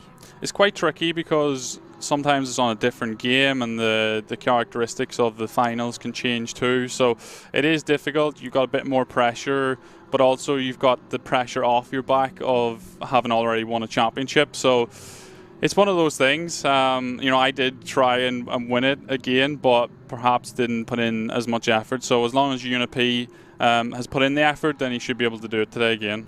Be interesting to see how it goes. Of course, last year Juha Pankkinen was actually doing his Finnish military service, and I believe didn't have the time to put the practice in, and still managed to come through and take the title. So it's going to be brilliant. Now we need to talk, of course, stages and cars. You need to know what we're doing.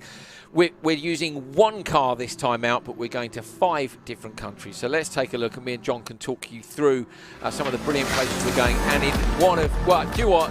If I could own 1 rally car, it's a tough one. It'd either be a Peugeot 306 Maxi, an Impreza WRC 97, or this car, which was my hero car, John.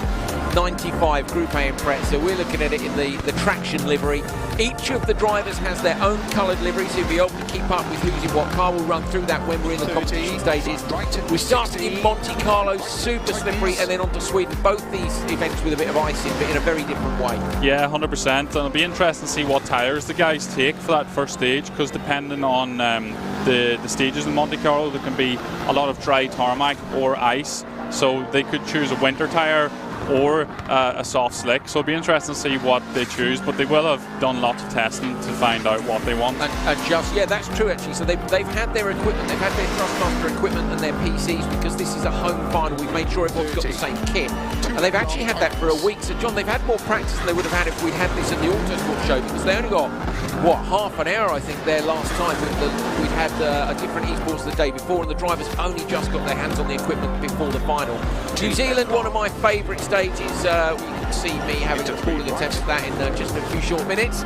And also Spain, and then we go to Wales to decide the world title, and it's a hell of a stage. It's Sweet Lamb. Yeah, Sweet Lamb's one of the most famous stages in the World Championship, and yeah, the guys know the stage pretty well. It's very, very famous within our game, and the three drivers that get through, they're just going to have to give it absolutely everything to try and get the title on that last stage. Yeah, I can't wait. That's it. And the pressure there is good, because if you're the leader, thing is as well, because the accumulative times are gone before. So the 4 previous stages, effectively, you've got to be at the front 3 to make it to the last stage, and then we delete all the time. So you can't come in there with a lovely 10-second lead and then back it off. So really, it's win it or bin it. The only advantage, I think, for me of being the leader at that point is you get to go last, by which I mean you've seen the level of risk they took, which will be key. Yeah, 100%. It's going to allow the last driver going into the stage to know what their performance needs to be to clinch the title. Did they make a mistake? Yeah, and they'll be watching the stream too. They can see what lines the drivers are taking, where they make little mistakes. So it's a huge advantage. So you want to be leading? You want to be leading going into that last stage for sure. Okay. Now, someone who would not have been leading is me. Because I spent a whole day in this studio playing Dirt Rally 2.0, and I've got to say there are worst ways to spend your day at work. I do appreciate that. I did actually do some good stages, but here's some highlights of maybe not quite so good. I am taking the traction-backed Subaru Impreza 555 Group A car, famous Group A car, to Wales. We'll chuck it about a bit, have a bit of fun, try and talk you through the stage. I always think when you hear the over-jump pace note, if you don't get a jump, and I barely got a jump there are times in the game where I'm like, how's that a jump? And then you realise that John Armstrong wrote the pace notes, and then this is a long 2 right, and he's rolled it straight over the fence. Too hot into there. There we go, just take out their post box, that's fine. Too much down the fence, messed the line up, hits the bank, and rolls. I did say I'd talk you through the stage, see what works. That doesn't work. Oh, it's radiator lights on and everything. Pro driver going to be livid. So we've just been discussing tarmac spec Group A Imprezas. I do quite fancy one. They are quite rare.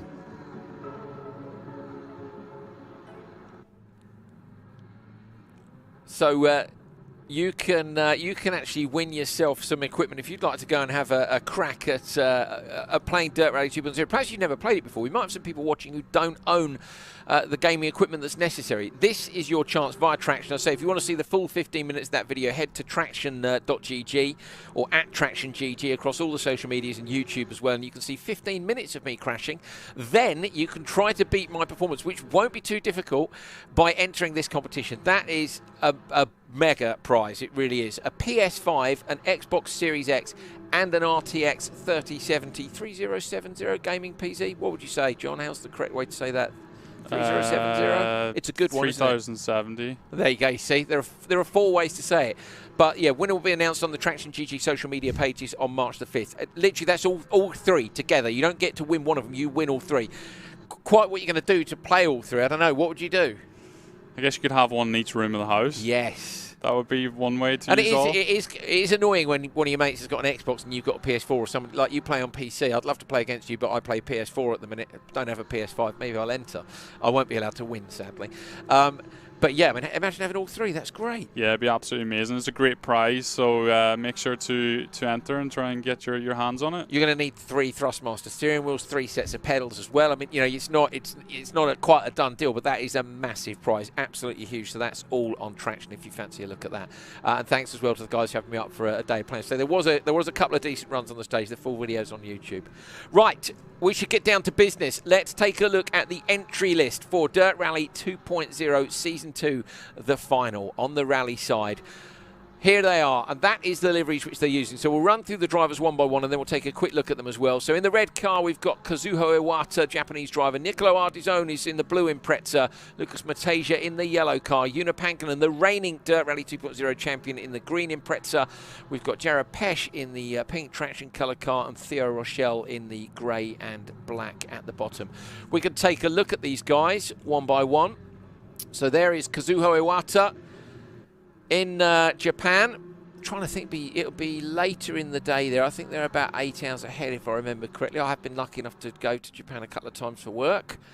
And so he's late into the evening. He's been waiting all day. I kind of wouldn't like that, because you've been waiting around all day to do it. Nicolo Ardizone. Nicolo, we're lining up for you now. Kazuho was looking pretty chilled, John. Yeah, he's just relaxing on his phone, probably doing some last-minute setup changes. Yeah, just doing a bit of research. Okay, Nicolo Ardizone. There's Nicolo. Is Nicolo on his? What's Nicolo doing? He's making some adjustments, I think. There is he, John, to the wheel potentially. It does look like he's pressing a few buttons down. He doesn't know he's on the stream. Now, if this was, I like his setup with a little name sticker down the side. I would be not watching the stream because I wouldn't want the added pressure of knowing we're having a little look at him and saying what's going on. For sure, I think the media side of things and cameras can really put these drivers off. Smaller screen than I was expecting for Ardizone. He's using quite a small monitor there. Sometimes using a small screen is an advantage, especially if you're in bonnet view. It means that you don't have to look as far over each side to see where your bonnet is, the edge of your bonnet.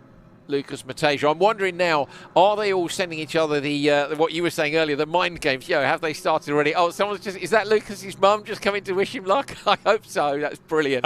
Maybe his other half. But either way, Lucas, wishing all the finalists the best of luck, John, because it's high pressure now. For sure. They've got to try and beat this man, Una Pankinen, who's the next driver we're going to see. There is Una P, the reigning world champion Dirt Rally 2.0. He is good to go, isn't he?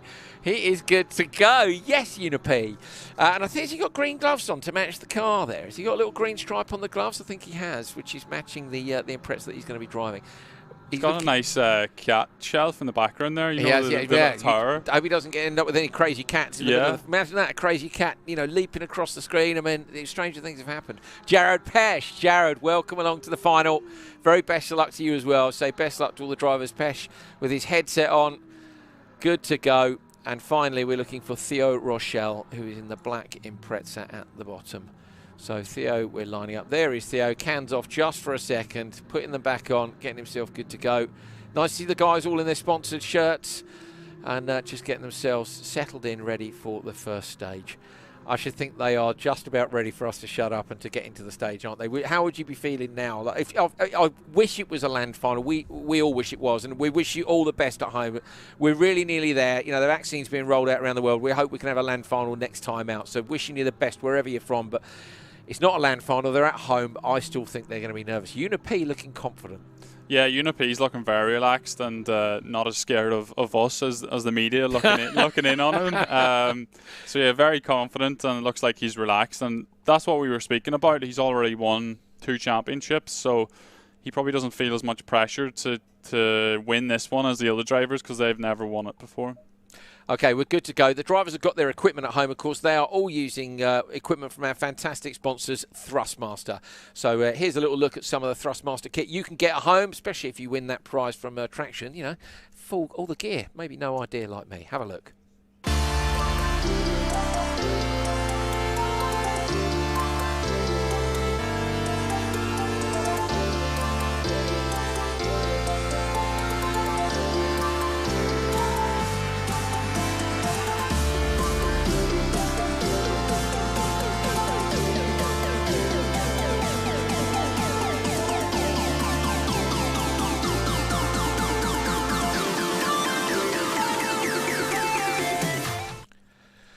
Some decent kit there, John. I know you use the full-on handbrake. You can get a proper clunk on that for the gear shift as well if you're using it as a sequential shifter. Yeah, the TSS handbrake it has a sequential mode as well, so it feels absolutely amazing. I know it's a handbrake, but the sequential mode is amazing. It feels proper realistic, very clunky, like a real sequential gearbox.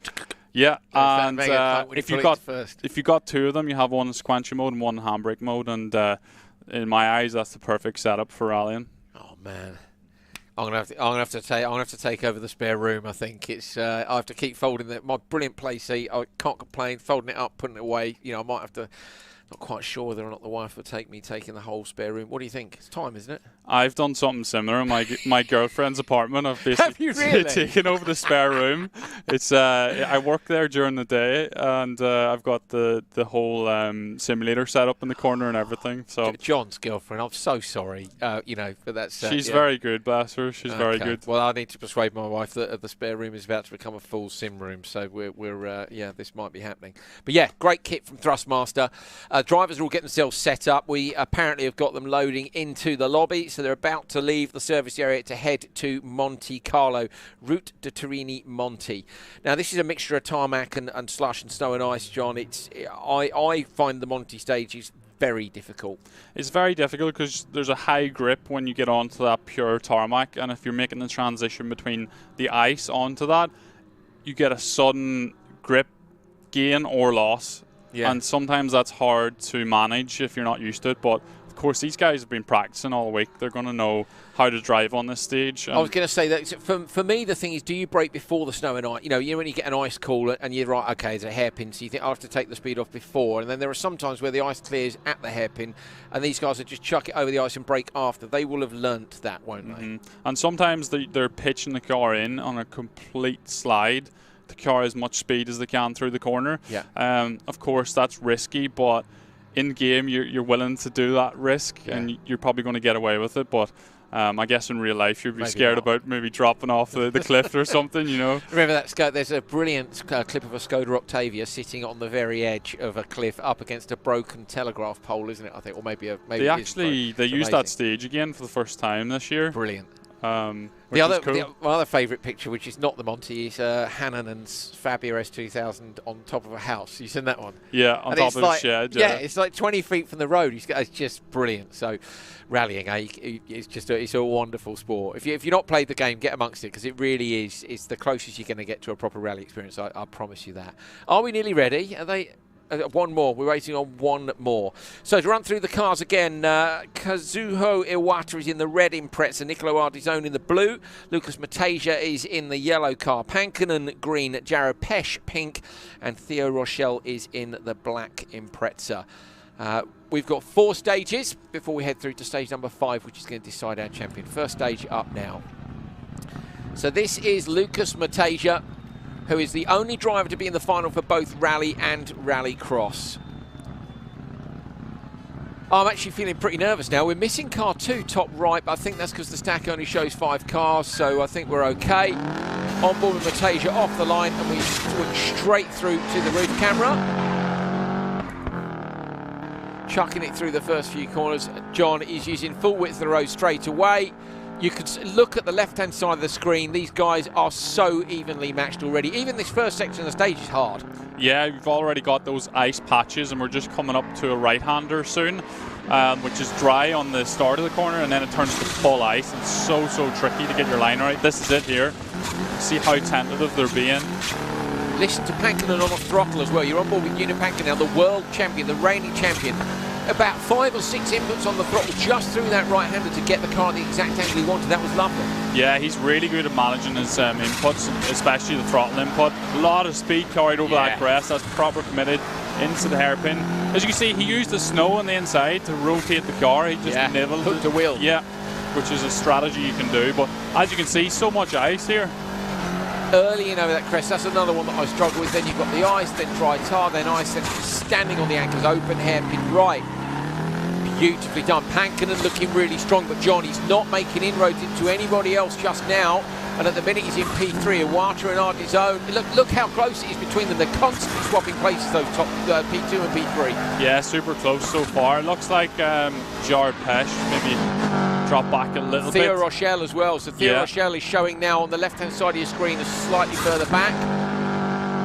Outside now looking at Pankinen in the green Impreza. What a good car, but John, not as easy to drive as the R5s. No, this car is notorious for being quite lazy. You know, in that era, they didn't have the same technology on the diffs or the suspension, so you really have to chuck it in to get the chassis to rotate, and you can see the guys turning in so early here. That's what I love about this car, though. And if you want to go back and watch some rally videos from the 90s, or Pankinen over rotation in the middle of the corner, but pretty much perfect on the exit. Early up the gears as well to kill the wheel spin on the exit. You have to pitch it in, as you say, but that's why I love these cars, John, because you'd see them come down and they would have to Scandinavian flick it 2 or 3 times sometimes on the brakes to get it turned in. It was mega. I always think this car is a little bit like a tractor. You can be super aggressive with it, and yeah, it doesn't punish you for being aggressive. I think that's what makes it so drivable. But it's really good to see Iwata out in front here. I was not expecting that. But he's been competing in Dirt Rally 2.0 competitions this year. He was in the little series that I organised, and he was the fastest driver on that. So you can see this practice is paying off for him. Look how committed he is. Kazuho Iwata now on the full snow section of the stage, clips the wall, gets away with it, does he? May have lost a couple of tenths. Pankinen to the lead, so now Pankinen, Pesh and Iwata could not be more closely matched. This is absolutely fantastic and exactly what you would expect of a World Championship final. Yeah, super close so far, but that mistake definitely lost them a couple of tenths, if not a couple of seconds. Look at Pankinen transitioning the car, though, beautifully flicking the weight from one way to the other into the hairpin now. Look at that shot as well. Perfect drone helicopter shot through the hairpin. Lovely stuff. As you can see with those hairpins, though, they're not full of ice, so you can actually have a good strategy through them to pick your way and try and find that dry tarmac. Pankinen early down the gears through the right and flicks the car back the other way. Now we switch to Lucas Mateja. So Mateja in the yellow Impreza over the crest, runs the car out towards the wall. Either side, there's a couple as well, John, where you can end up off the road terminal damage, so some of these banks will support you, but you can go over them, and there's a couple of places with wood barriers, which I always find, where you go straight off the edge of the road and that's it, game over. Terminal damage is on, remember, clips the wall on the exit. Mateja fully lit now, pitching it in early again. So yeah, they can get punctures, John, if they take too many risks and run it down the wall. Yeah, that's it. You know, Andrew, how easy it is to pick up a puncher in real life. So whenever you've got the extreme damage turned on, it makes the vulnerability of the tire even higher. So if you hit something, there's a high probability you will get a puncture.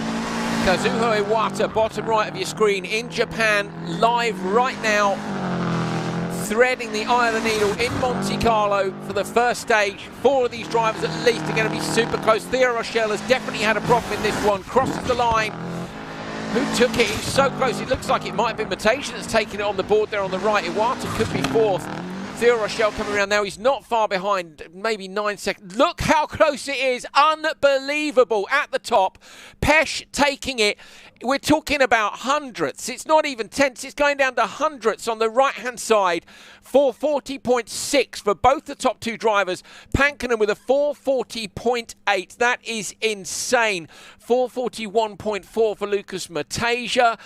That is so close, John. And then a little bit of time drop for the 2 guys at the back, but so close. I wasn't expecting Pesh to be the winner in that stage, because I think it was so close. Whenever they're literally on the same time on the leaderboard, they stack up, don't they? Yeah. So I was not expecting that, and that was amazing to see. And the guys, I knew it was going to be close, but like that's ridiculous. Basically 2 tenths separating the top 3 on that stage. Amazing. Problem for Rochelle. You've got to reset now. Theo Rochelle has got to reset the Frenchman and go again. Like, yeah, you've had one issue. There are 3 more stages to go. You are on the back foot. How do you cope? You just have to give it your all. I mean, anything can happen. If he's had a bad stage, someone else can have a bad stage. Someone could have terminal damage or anything. So do you up the risk now? Because again, you can't, you don't, well, you saw people riding banks, you're risking punctures, you know, anything like that, and it is game over instantly. But as you've already lost a bit of time, is there an argument now to just go, do you know what, I'm going to send it, and if I go out, I go out?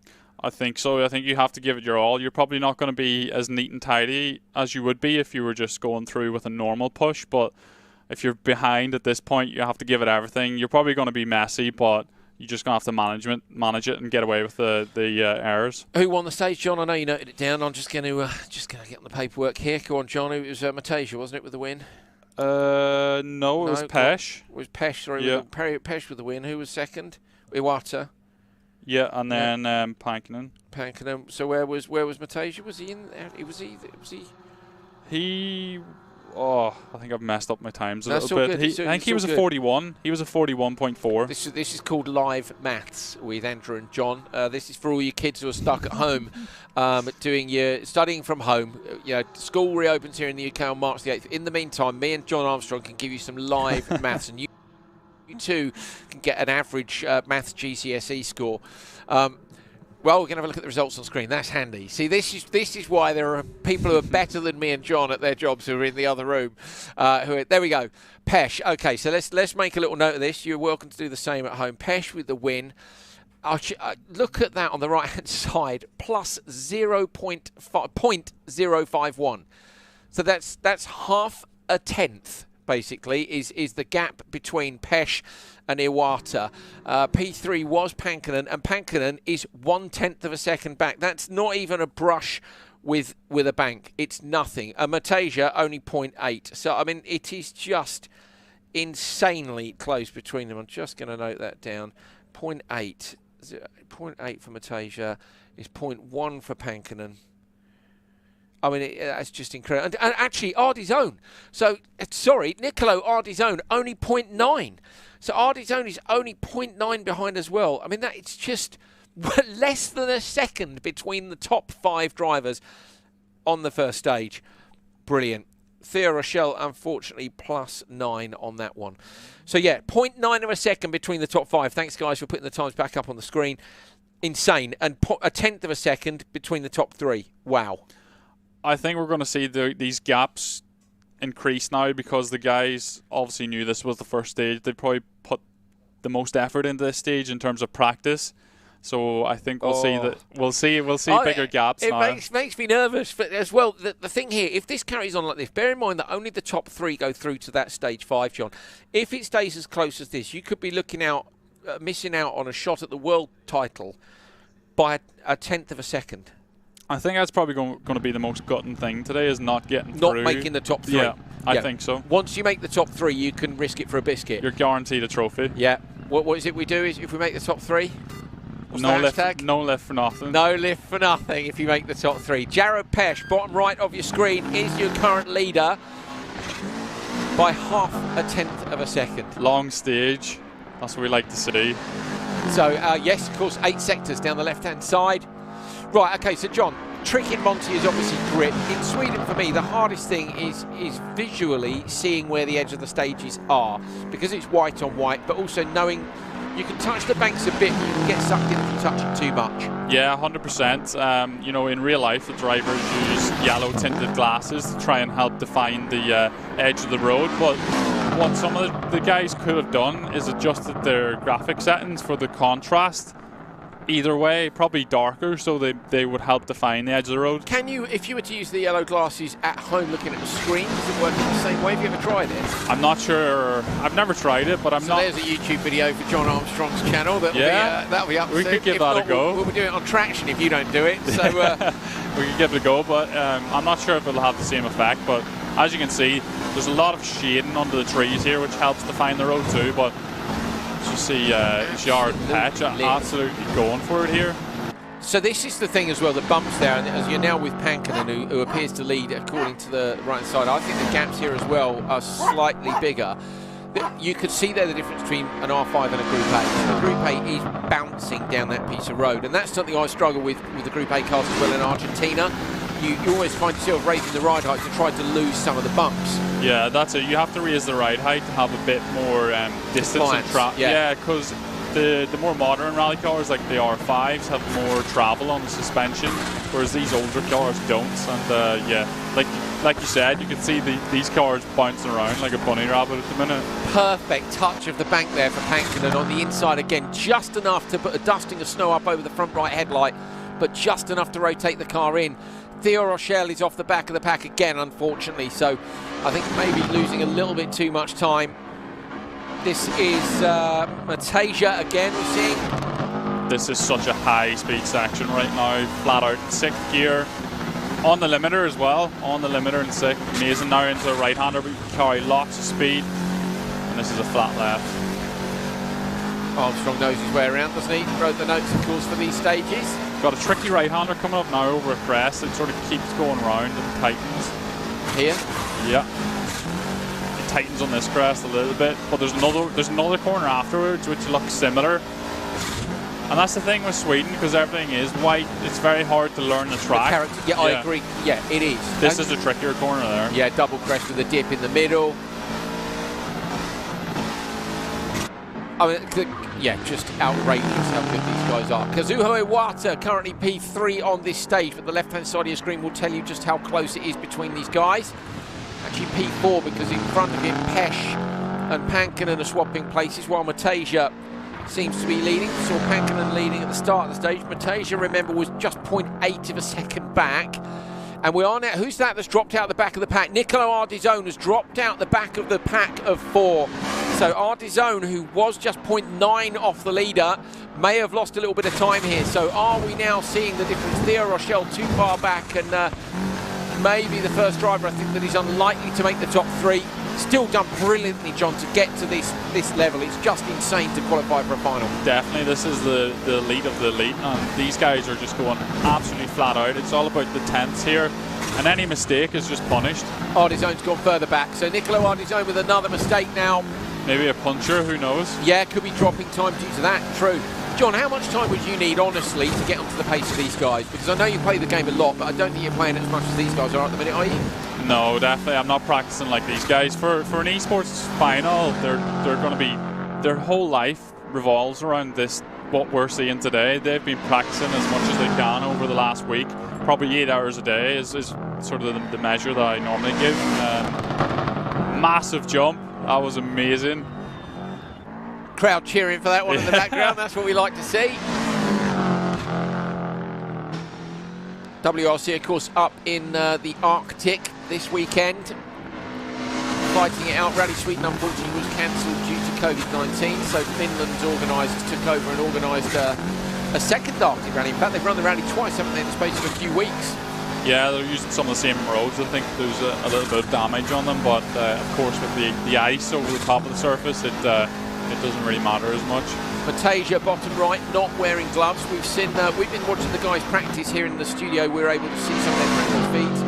And one of the drivers was actually wearing woolen gloves to practice. Must have been a little bit cold, I think. Yeah. It was in winter, I think, wasn't it? Yeah. Coming towards the end of the stage now. Lucas Mateja leading in the yellow Impreza. There is the finish. I think he's taken it. Pankinen maybe. Super close between them. Pesh showing now at the top of the screen. That's how close it is. You're seeing Nicolo Ardizone approach the finish.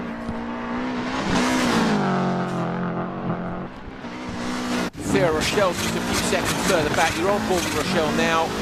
See, he's not even that far off them, but it's just a lot more than the rest of the pack. Coming round to the timing, and there it is. So Mateja takes it. 1.2 seconds. So Mateja, I think, will move into the lead with that, because he was, how far back was Mateja? Looking at my notes, he was just 0.8 back. So 13.2. So we've got Mateja, Pankinen, Pesh, Iwata. So Mateja, Pankinen, we're just making notes, Pesh and Iwata.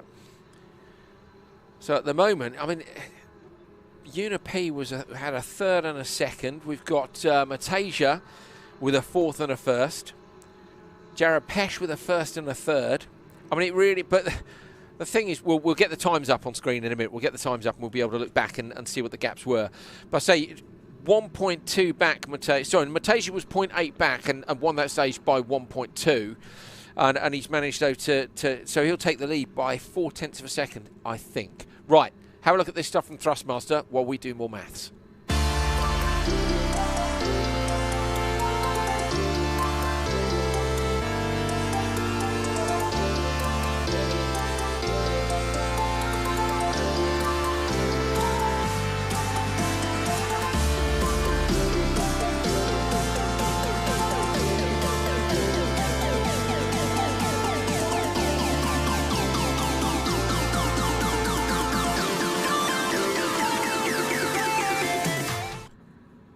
So we're getting the accumulative results ready for you after stage 1 and stage 2. Of course, they've been to Monaco, Monte Carlo. Now they've been up in Rally Sweden. So we're done with the snow and ice. We're going to be moving on next to New Zealand. And we're actually following the career of Colin McRae in that 1995 season when he won the World Championship.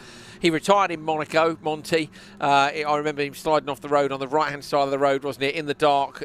I remember seeing a telegraph pole. Sweden, of course, the Imprezas all had problems with the engine, so they didn't have a good rally there. And McRae had won that the 2 previous seasons, but we're heading to New Zealand where he absolutely smashed it. And I think New Zealand was where he won his first rally as well in the Legacy. It was in the Legacy, yeah. So yeah, following the career of a hero and a career that you can play in Dirt Rally 2.0 as well. There's some great challenges in that, which was a late addition to the game, and it's really good fun. So have a look if you haven't already. Let's take a look at the stage times after stage 2. These are our overall standings. Lucas Matejka does indeed lead. He leads by just 0.5 of a second, so I'm going to have to scribble stuff out now. Matejka has gone into the P1, and he is Pankinen is P2 plus 0.5. Who's third? Third is Pesh. So this is live maths, plus 1.2. And then we've got Iwata, 1.4. So Artie's own looks, Theo Rochelle, unfortunately, plus 36, so he's lost 26 seconds in that one. We didn't see what happened. Nicolas Artizone was bang on the pace in the first stage, but has dropped further back. So for me, actually now, John, this is much more about who of those top 4 makes a mistake, because there's 1.4 seconds separating the top 4 with 2 stages to go. We're good now, I think, with that. So 1.4 seconds between the top 4, down to Iwata.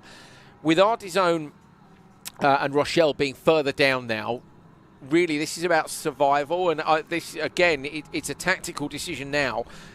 Do you fight your way into the top 3, or do you hope that one of the other guys blinks first? Right now we haven't seen any blinking at all from from Iwata, Matejka, Pankinen or Pesh. Yeah, that's it. And don't forget, they're going to want to go last into that final stage, so they have that advantage of... So you think it's worth... I think they're going to go for this and keep going flat out. Of course, maybe Jard Pech and Kazuna Koda, they're fighting each other, so they'll be happy if one of those gets in, I think, to the top 3 to go through to the final stage. So, okay, Artizone and Rochelle slightly further off. But bear in mind, if 2 more people make a mistake... then it gets to the point of which of those guys has made the least mistakes or lost a terminal damage as well, can see you straight off the pace instantly. So this is by no means over, and those guys must continue to push. We are on board with Joona Pankinen. This is the stage which I had a crack at the other day several times on traction. Pankinen off the line, so you've got a left and a right chucking into there. Look at the cut he takes. Damn you, Pankinen. I wish I'd seen that the other day. That's a huge cut. Huge cut, and obviously that's just opening up the radius of the corner so he can carry more speed through it. And he does exactly what... So this is the tricky bit now. You come down through a 6 right, tight to the 3. But look at that. Look at the grip he's got, even in the wet. Is this the corner you crashed on? I think it is. Straight over the fence there, mate. Yeah, 2 right. As we went in, I said, this is a 2 right. It tightened through the car over the fence. So don't co-drive for me, I think is the top tip there. You're quite right in saying, Andrew, that he's got a lot of grip here, and that's probably down to the setup that he's managed to figure out for this car on this stage. Huge grip for me. I say I played this the other day, and I'll tell you what else he's got. Is a much better perception of the awareness of the car, and that's something I'm working on. I think, you know for a fact, John, I played chase camera for a long, long time. I know that's the devil to esports players, but even Oliver Solberg plays chase cam. You know, some people like to be able to see the car. When you can see the car, you have a very obvious perception of the width compared to the stage. And swapping to bonnet cam as I have since I've been using the wheel, definitely, for me, much better, much more immersive. But trying to figure out just how much space you've got to the right here and to the left, crest, over to the left, this is where I ran up the bank. You see what I mean? Like, he's just using every single inch. That perception of the width of the car is bang on. That's a lot of practice for me. Definitely, and I think that's the advantage of having a smaller monitor, is that you can, in your field of view, you can see each corner of the bonnet a lot easier if you've got a small monitor. Got you. So that's why it's an advantage to have a small monitor. But yeah, I think it's why we see them use bonnet cam as well, because no one's using the cockpit camera. I don't like the cockpit camera because it's offset to the side as well. And it's very hard to judge your corners. So you use the bonnet camera? If I want to go absolutely maximum speed, then I'll probably go for the bonnet camera, but I found that I can be just as fast with the VR headset. Yeah, you see that? Yeah, I do like a bit of VR, I have to say. Yeah, but for me, VR's good because you can look through the corner. Yeah. So when you get two sideways, or even not two sideways, you're looking down the line. And in a real car, again, your eyes, you look where you want the car to go. Don't look at the tree, you will hit the tree. Yeah, you're always following the road where you want to go. You're seeing the guys coming up here to... two left, this is into a two right on board Matasia. A couple of big cuts. Who's off the back there? It's Rochelle and Artizone again, isn't it, on the left-hand side, John? Yes, it is Rochelle and Artizone. Yep. So our top four still pretty close together. Kazuho Iwata is in P3 and he was in P4, but not by much. So Iwata would like, wouldn't he, to overcome Pesh if he can at this point. Or was Pesh leading? No, Pesh wasn't. It was Matasia was leading from Pankin and Pesh was in third. So yeah, there was only 2/10 of a second between Iwata and Pesh. So this, remember, the top three get to fight for the world title. The others are going home in one stage time. It's Pankinen and they're still swapping places at the moment. Pankinen and Matasia just coming into the final corner now. Who's going to get it? Watching the right-hand side, couldn't be closer between them. So it looks like it's Matasia, Pankin and Pesh.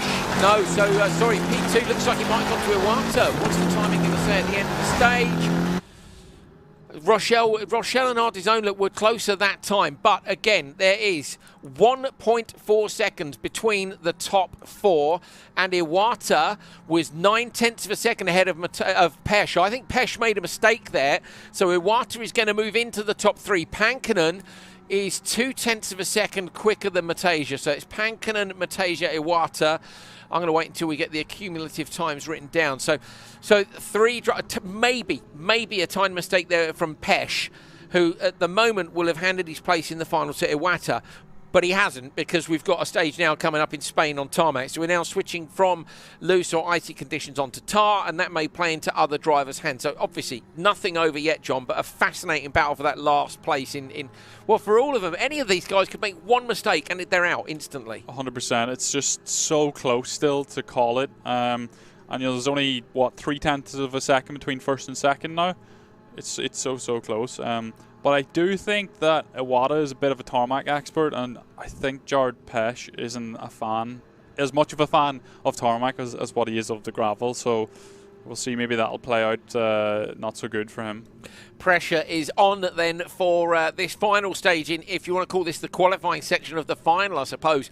Top three drivers are going to go through to stage 5, which is Great Britain, Sweet Lamb in the Impreza, of course, where McRae won the World Championship with an amazing fight back from a puncture. I remember them straightening up the strut with the garden post. I think we spoke about this even last time on the show. It was a brilliant event. He came back from so far back and just he destroyed everyone. Broke the morale of Carlos Sainz's teammate, who, of course, in Spain, which is where we're heading next. Spain is where Carlos Sainz was, team orders went in his favour. McRae was leading. He was told to slow down by the team. The team was standing in the road. There's a famous piece of footage of one of ProDrive staff doing this, and McRae just going lit through, wasn't he? And he gave up the time in a time control afterwards, and then he kicked a bin in the service area. Was not happy. So we're going to Spain. Who's going to be not happy? Let's see the standings as we head on to the tarmac of Catalonia. There it is. 2.4 seconds separate the top four. So Artizone and Rochelle, unless one of those front guys makes a big mistake, they're not going to make it. But any of those top four could make it or not at this point. Lucas Matasia is leading, so I'm just going to make a quick note of this, and he is leading by not very much. Pankinen is in P2. And Pankinen, the current reigning champion, is plus 0.3 of a second. So there's nothing in it. Iwata is plus 1.7. And he is in P3. And Pesh is in P4. He is plus 2.4. So he is just 7/10 of a second. Yeah, 7/10 of a second behind. So basically, there are 7/10 of a second, I say, between Iwata and Pesh. Iwata and Pesh, if you like, is who the battle is between, but I'm afraid 2.4 seconds is nowhere near enough for either Matasia or Pankinen to be chilling. We are not chilling with a 2.4 second lead, are we? No, it's way too close. This is anyone's in the top four to take first place, but no one can relax here. They all have to go for it in this last stage, because if you back off a little bit, it's very easy to slip down and lose 2.4 seconds, and you're in 4th place, not going through the top 3. And just like in real life, if you back off, it doesn't work. The car doesn't feel right. And by that, I mean the way the car feels when you push on the limit. If you're not on the limit, it doesn't feel right. But also in your head, if you start backing off, how many times have you seen a driver with a minute and 15 lead do the dumbest thing ever? And then you think, how did that happen? Sometimes when you back off too much, you drop your concentration, and then it's very easy for little mistakes to creep into your driving, or you mishear a pace note, or you just don't hear a piece of information. So it's crucial these guys just give it absolutely everything in this last stage before the super special stage. Okay, I was going to ask John who his money's on, but it's not fair, so I'm not going to do that because we've got 4 drivers. It's too close between them, and to be honest with you, I'll tell you what, I can't pick one.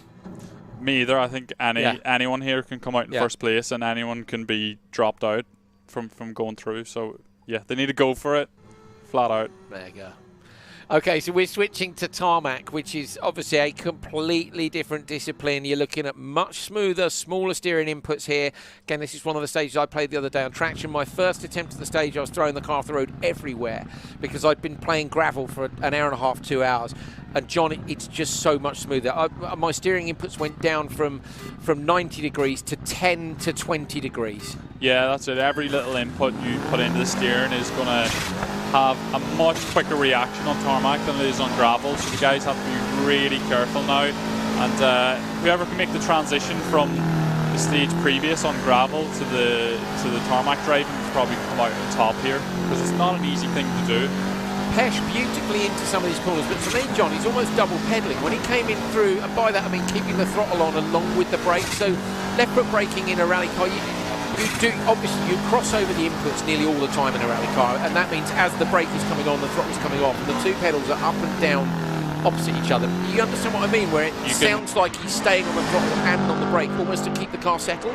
Yeah, and maybe he thinks that that's going to give him a bit more of a quicker response from the engine whenever he's going through the corner once he's through the apex again, so that could be why he's keeping the throttle on. It works when you go go-karting at a go-kart centre where the go-karts aren't particularly quick.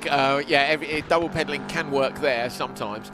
But interesting. Ardizone at the top of the table, and that must be so frustrating. Theo Rochelle, is Rochelle in the mix? Maybe not. Rochelle must be P6 unless he's pulled the plug before this stage. This is super close, isn't it? They're just swapping, like up and down. It's crazy. Funnily enough, Pankinen at the back, and Pankinen at the moment is in Pankinen's in P2, just 0.3 of a second off our leader Matasia. You're with Kazuho Iwata, Japanese driver leading. Can Iwata come back here? Did we think Iwata was a tarmac specialist? Sure he's very strong on tarmac. And he plays other tarmacs, doesn't he? I'm sure, which are tarmac focused.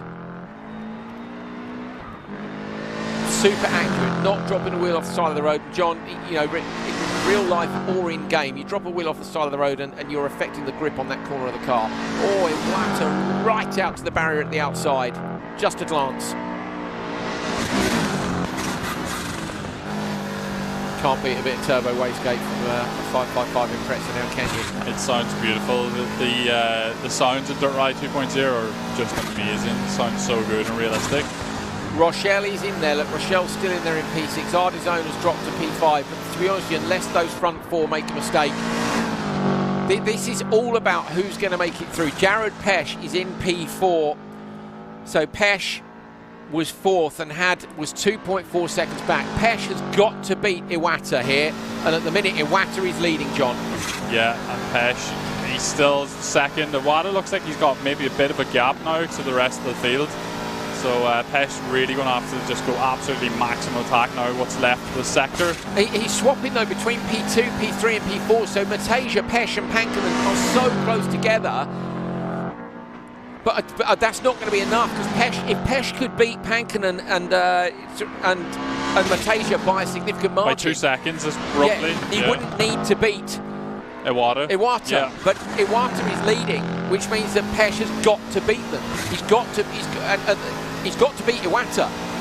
We're on board now with Pankinen. I wonder if we're not going to get to them before we're at the end of the stage. Here we go. Iwata's going to take this and maybe book a slot in the final 3. Crosses the line. Matasia, it's so close between them, but I think Iwata has done enough. He has. Kazuho Iwata takes the stage by a significant margin, 1.3 seconds. That's the biggest win so far, I think, in terms of stage time. And with that, the Japanese driver has secured a space in the top 3 with the guys who are directly behind him, Lucas Mateja and Yuna Pankkonen. So the reigning world champion Pankkonen goes through with his nemesis Mateja from the semi-finals, and Kazuho Iwata into the final 3 on his first appearance, his first attempt at a competition with Dirt Rally 2.0 at this level. We have our final 3. Jared Pesch missing out by a tiny margin. You've got to feel a bit sorry for Jared there, John.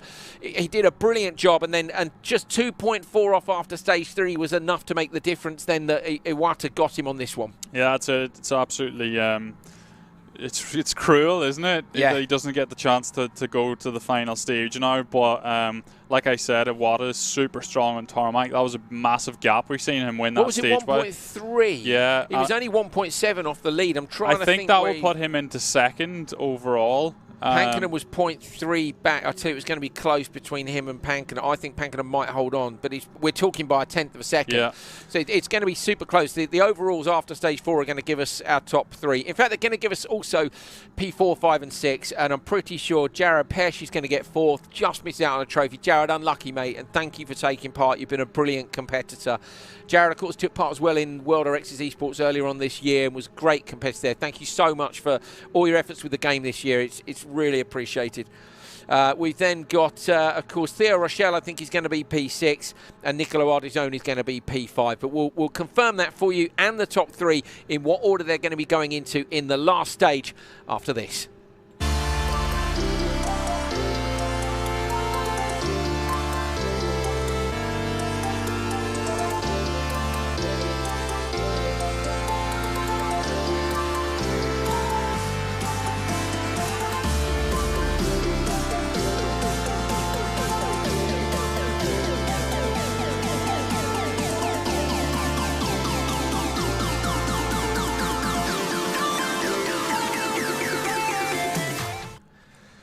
Well, thanks to our partners at Thrustmaster, of course, for sending all our finalists the wheels and pedal setups that they needed to go with the PCs. We've got everyone on PC because traditionally a LAN final we'd be doing that. And, of course, they're all at home. We needed them all on the same platform, and that was the decision that was taken.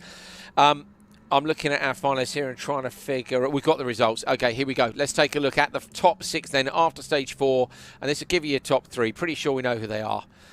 So P6, and finishing P6, Theo Rochelle. Theo, congratulations for making the final and thank you. Same to Nicolo Ardizone in P5. Jared Pesch missing out by 2.2 seconds. I say we already thank Jared, but unlucky, mate. Congratulations to our top 3 who go through to the last stage to fight it out. John was right. Kazuho Iwata with the win on tarmac has put himself ahead of the world champion Yuna Pankkonen. Yuna is not going to have the advantage of sitting and watching how much risk those guys take. He's going to have to send it on his first run through Sweet Lamb and see if he can set a time which will be enough to hold off Iwata and Mateja. So Mateja will go last and will have seen what the Finnish current champion and the Japanese pretender to the crown can do before he sees whether or not he can take P1. The times are going to be reset to 0 and we are going to have an epic fight through an epic stage. Sweet Lamb in Wales, down into that stadium. Here's a good story for you. I forgot this one the other day. When I was in Sweet Lamb, there was a streaker in the bottom of the stadium. It was as cold as hell and it was raining, and some mad rally fan streaked across the bottom of the stadium, and you've never heard cheers like it. Rally fans they appreciated that. It was funny. I've never seen a streaker rallying before. Mate, I've never seen one since, but what a dude. If I'd love to know who that is. If you know who that is on social media, hit me up, because I want to send that guy like a big up. Yeah, how rad. It's not like a football match either where you can throw him out of the stadium. No. He still has to stay at the rally probably stage. just disappeared into the woods afterwards to get his clothes back on, and nobody knew who he was. But yeah, streaker in the bowl at Sweet Lamb. That's crazy. I've never seen that before. No. Like in all my time of going to watch rallies or rallying. See. I'm a bit older than John. You know, I don't think it's not really a thing anymore. Is it? There was one recently. I'm sure there was one. It does happen, but I've never personally seen it. But I've seen people where they moon drivers and stuff. We were there. I can't remember what year it was, and I did say this the other day. It was WRC era, as in '97 onwards. And I was there with a rally school that I was working for as an instructor. We had an Impreza there, mocked up in in the colours of the rally school, and we were selling driving experiences for Christmas.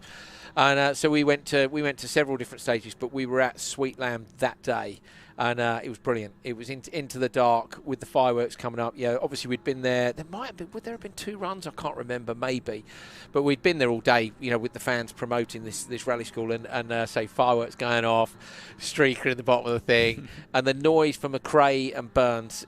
Just a privilege. So lucky to be there. Yeah, it's so amazing when you go to our home round of the World Championship and you've got British drivers at the top that we had in McRae and Burns. It was amazing back then. What about if it heads across to Northern Ireland? It'd be nice, wouldn't it? Which the talk is, isn't it? Northern Ireland or Scotland potentially? I know. It's still. Is it Bobby Willis? Yeah, Bobby was speaking about he was speaking about this last night on a live stream, and nothing's confirmed yet. Obviously, they have to plan. Was he on with Trevor last night? Yeah, Trevor with Trevor Agnew, yeah. So, hey, Trev. I spoke to Trevor yesterday on the phone whilst walking my dog. Brilliant. Trevor's a nice guy. He's a legend. Production World Rally Champion with Martin Rowe. Yeah. Does a series of podcasts and videos as well on YouTube, all rally stuff. Some more good stories. I bet he's seen a streaker at an event. I've been enjoying his Friday night streams. Yeah. He gets all the rally drivers on to tell their stories. Vatnam was on the other week. Mm-hmm. So they're looking at getting the event over there. Obviously, it'd be a tarmac event. Would you then be looking to raise the money to get up into a top? You must be, surely. I don't know if I get into maybe not a world car, but an R5 car. An R5 car would be lovely to do my home rally of the World Championship. Be amazing, unbelievable. I couldn't think of anything better, to be honest. No, I was going to say for you guys, for you Northern Irons, it would be. It's a terrible accent, I know. It would be great, wouldn't it? Oh, it'd be amazing. I couldn't think of anything better. Just rocking up to a proper Irish rally stage as part of the World Championship in a proper car. Rally Ireland was around 1 year. Was it 1 year or was it more? 2 years. 2 years. 2007 and 2009. Which is where your love of the C4, I imagine, comes from, isn't it? That era, yeah, but obviously going to spectate those Rally Ireland with Loeb dominating. So here's a geeky one for you as well. I do love a geek out. Have you got the onboard DVD of Sebastian Loeb in the C4 and Rally Ireland? Isn't it? It's in Donegal. It's not Rally Ireland. Of course, it was the warm-up event. Yeah. Yes, John. I don't have it. Do you have it? Yeah, I've got it. I'm going to have to steal that off you. Okay, mate. Right, rally chat from me and John done.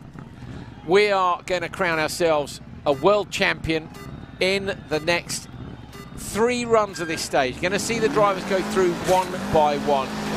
Now, Pankinen, John, we have plenty of time to chat this through. So you're going to watch Pankinen first, then you're going to see Kazuho Iwata from Japan, and then finally on to Lucas Mateja. One by one. That ramps the pressure up. For them, probably it's not that different, John. For me, if this was a land final, it would be, because of the fact that you're there and you can see the guy next to you peering at you, literally from the rig next to you. What's he going to do? Is it just lit? He's going to absolutely send it. Oh, and there you go. Good example. That's a 2 right. Yeah, and he's made a massive cut off a drop on the inside of the corner there. So, yeah, I think Pankinen's just going to absolutely give this everything. If he makes a mistake, I mean, that's the risk he's willing to take. I mean, this is no lifting properly. This section for me is the harder part of the stage because, again, it's narrow. You've got a lot of crests and drops, and you've got a series of corners which are 3, 4, 3, 4, then suddenly a 2. This one goes around to the right and then left, doesn't it? It's just... Yeah, it's all about carrying the momentum through every corner, because if you lift off a little bit on a corner or you have to slightly tweak your line than what you want to take, you lose that momentum up the next straight. Look at the big cut on the left against, I'll tell you what, and a big cut on the right, fence down as well. You'll be getting a bill from the Forest Commission for that unit. He doesn't care right now. Oh, that was a huge risk. Super committed, almost running out of road, but still going for it. And now one of the most tricky corners in any rally game ever is coming up this right-hander over a crest. What's he going to do? Massive. Pankinen is on a mission. No! Oh, no! Mistake! Pankinen, 2 sideways, too much risk, pulls it back. maybe lost half a second, but how much? Maybe a second. How much did he gain, John? I don't know. I would never take that. I'm looking at this and thinking I'm going to go home. Oh, and another big cut. Pankinen is like, don't cut. Mate, no, you talk about no lift for nothing. This is cut for everything. Cut for everything, but the thing is, the two other guys are sitting watching this. They know that they can take it a little bit more easy now and just carry the speed and not make that mistake. But then with the risks he's taking, can they? Because he's taking risks everywhere. You know, is he gaining a tenth everywhere to only lose half a second? Yes, they've seen one mistake, but I mean, okay, on the previous 4 stages, you're right, that one mistake would be enough to lose it. But for me, I mean, he's lit, he's on a mission. He's definitely on a mission, and like you said, if he's making up a few tenths here and there across the whole stage, that might cancel out his mistake he's just made. They would have been hoping, would they? Not hoping, well, yeah, maybe hoping your competitor goes off, to be honest. Again, knocks down the little flags on the inside that mark the don't cut with those blocks on the inside of that. Committed through this section, you know, this is like a real rally. I have to say, you know, those forestry sections are always cut up with deep mud, aren't they, when the trucks have been through. So committed into the two right again. He's hooking a wheel off everywhere here, John, absolutely everywhere. You can see there the front inside wheel of the Subaru pitched into the air. And there's quite a lot of camber in wheels too, so you want to stick your car on the inside of the corner, hug the inside of the camber, because if you fall off the other side of the camber, you're losing time. Backs it in perfectly. That's nice downhill left-hander. Now there's a flat junction at the top here, so watch this. It's a kink right, kink left into a 3 left. There's a lot of cutting opportunity here in the Moorland. Either side after this junction, isn't it? And I'm wondering if he's tempted after the mistake he's just made to take these cuts. And he does. He's not hugely off the road. No, that's fair enough for me. You know, I've seen McRae do more. Yeah, I think that's fair. I think that's fair. So do I. Absolutely. That I said the other day when I took that stage about the cuts. And again, let's face it, the other drivers can watch this and take those cuts too. But yeah, it's not like they're being penalised but not knowing. Exactly. Pankinen fully off the throttle in the right-hander, completely off the throttle to help the car rotate. He's so patient. It's easy to be eager and get on the throttle too soon. Now he's coming up to a series of crests, then a left and then downhill. And John, this downhill section is my nemesis in this stage. Prior to the right-hander, which is off camber, it's horrible. It's so hard to pick a braking point for this hairpin at the bottom here now. And there's a jump just before your braking point, so that makes it even more difficult. Here's the jump. Now he's on the brakes. But perfect. Oh, it just makes it look so easy. It's so frustrating for me. Right over the crest and the left now coming down again. He'll jump this, he is. He's jumping it, yeah. You sort of jump a gap in that corner. It's hard to see from the angle there, but you're taking a risk in doing that. Oh, yes. McRae style backed into the hairpin. Give Pankinen a medal. He's going to get a trophy anyway, but for me, he gets some sort of medal with the word Big Send. Hashtag McRae style, hashtag back it in. That was a perfect back it in Scandi flick into the hairpin, and just reminds me of watching this brilliant sport back in the day when these cars were at the top of the world. Oh, he's made another slight mistake. He's rolled it! But he keeps going! Hairpin handbrake in. Pankinen is in full send mode. He's got away with 2 mistakes now. The front of the Impreza is bent in a very Colin McRae style. Round the left-hander. Now he's going to flick it to the right, up and over the crest. He's got just a few corners to go. Pankinen has taken every risk in the book. Through the river now, up on 2 wheels again, almost into the gate post on the outside. Coming up towards the finish line. He's got the left and the right to go. On a mission. Did he take too many risks? Over the line. Okay, hand up to the head. He's not sure. It's a 5:44. Me and John are writing that down right now. 5:44.547. He is so lucky, though, that both times when he did roll, he landed back in his wheels again. But you were saying he was so... It was so McRae style, mate. The whole stage was McRae style, but do you remember Colin McRae in the X Games when he rolled and kept going in the same motion? Same thing again. The clip of McRae at the X Games is wonderful, and incidentally, they've still got the bonnet, or the hood if you're from America, of the No Fear backed Impreza on the wall over in America at Subaru Motorsports USA, Vermont Sports Car, who run that team. They've still got the bonnet up on the wall, and that is just so awesome, I think. It's a legendary bit of footage. Go and see, find the guy who's filmed it from the crowd, because when McRae rolls, the Americans, rally was pretty new to them anyway in terms of being, it's been there a long time, but in terms of being a sport that was was in the public eye. And the noise the crowd makes when McRae lands back on his wheels will put the hairs on the back of your neck right up. It's ace. And that drive from Pankinen was ace. Okay, Pankinen has left nothing on the table. He's made 2 mistakes. What's the first one worth? Have a guess. It doesn't matter. I think about a second. You think a second. So 2 mistakes. So I think he's lost at least 2 seconds, if not more. Okay, but how much risk has Pankinen taken for you? If you were doing that stage and you were going, right, I'm trying to set the time at the top of the leaderboard in the world standings in the game, how much risk has he taken there? For me, it's everything. He's put everything on the table, but he knew he had to do that because he's running first. He's got nothing to compare against, so he was trying to nail that stage as perfect as he could. Unfortunately, he did make those 2 mistakes, but they weren't huge mistakes where he was stopped stationary for a long time. Didn't Pankinen... I think Pankinen made a mistake last year in the final. I think he made a mistake... He did. I think he had a spin, he did didn't make a mistake, yeah. So Pankinen made a mistake last year. And still won. Yes. Is Pankinen quick enough to retain the World Championship title, World Series champion in Dirt Rally 2.0 with that amazing run? The hairpin, skins, meds, gold meds. Yes, Unip. Love it. That was great. That was mega. It was amazing what he just done, and Yeah. he gave us something spectacular to watch, which is what we want to see, and everyone watching wants to see someone going absolutely flat out, giving it everything, and if it doesn't work out, it doesn't work out. What emojis would you use for that? I'd go that one, definitely. I think the mind-blowing yeah, emoji. Fire, I'd have that emoji in there too. Maybe Yeah. the explosion one, Yeah. you know? I could think of a few others too, but... Be a lot of emojis, wouldn't there? Yeah. Sometimes I only like to use 3, particularly in WhatsApp, so that you get them bigger then. It's more impact. You don't want to use too many emojis though, because then... No, but then when there's something like that happens, it's so rad that you're like, I need to like ratify this with a So lot of emojis. no emoji limit there. No, I don't think so. No. It's okay. just which emoji you put, you know, or unless you want it, maybe you go for 3 because then they're bigger. Yeah. Yeah. These are the things that matter. We're just waiting for the next car, basically. It's just truth be told. But if your emoji game's not strong, you're not paying. You know, these things. People like me and John are really cool. Obviously, I imagine we're among the coolest people you've ever seen.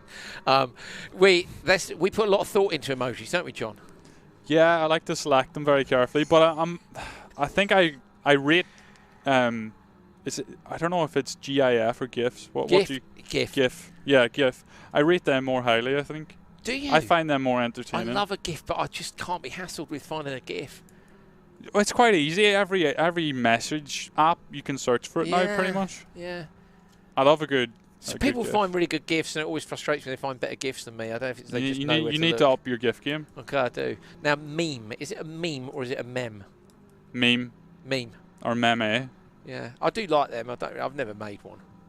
No, they're too hard to make. You need like Photoshop and stuff. Yeah, it's too hard.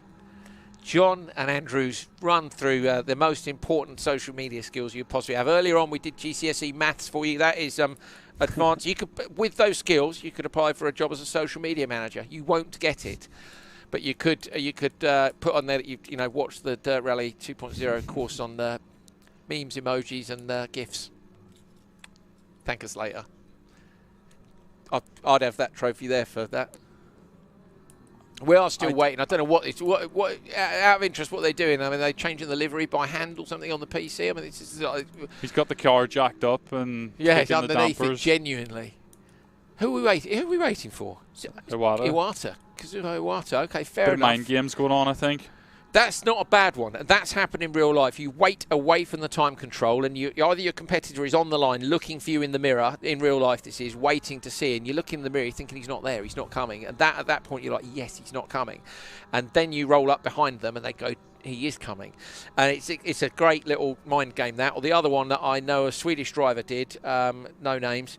Got out the car to go to the bathroom in the forest and left the car door open on purpose in the road section so the driver couldn't get to the point where they're supposed to check in, just to give them a little bit of a head twist. I think that's a step too far. That's yeah, but if someone did it to you, would that make you livid? It's happened before. Right, I agree it's a step too far, but it's... So is Kazuo Iwata sitting in Japan absolutely ready to go? Someone blocked him into the stage where he just sat there. He's not there. Iwata... Okay, so Kazuo Iwata, to be fair, is doing something to his PC. He may have a technical issue. He's going to have to run next, isn't he, guys? Can I confirm we will wait for him, won't we, to a certain extent, because we want we want to run them in reverse. Well, there we go. Maybe this is his strategy. Yeah. Well, I don't know. We've just been told by our producer Luke, that it's midnight in Japan now. Oh no! You're not going to be delaying at that time of day, are you? You're going to want to get on with it and get it over and done with. All day he's been waiting. I don't like waiting, so I get terribly nervous before competition if it matters, and I don't like it right until the point where I'm doing it. And actually, then I don't really enjoy the competition quite often. I enjoy the competition when it's finished.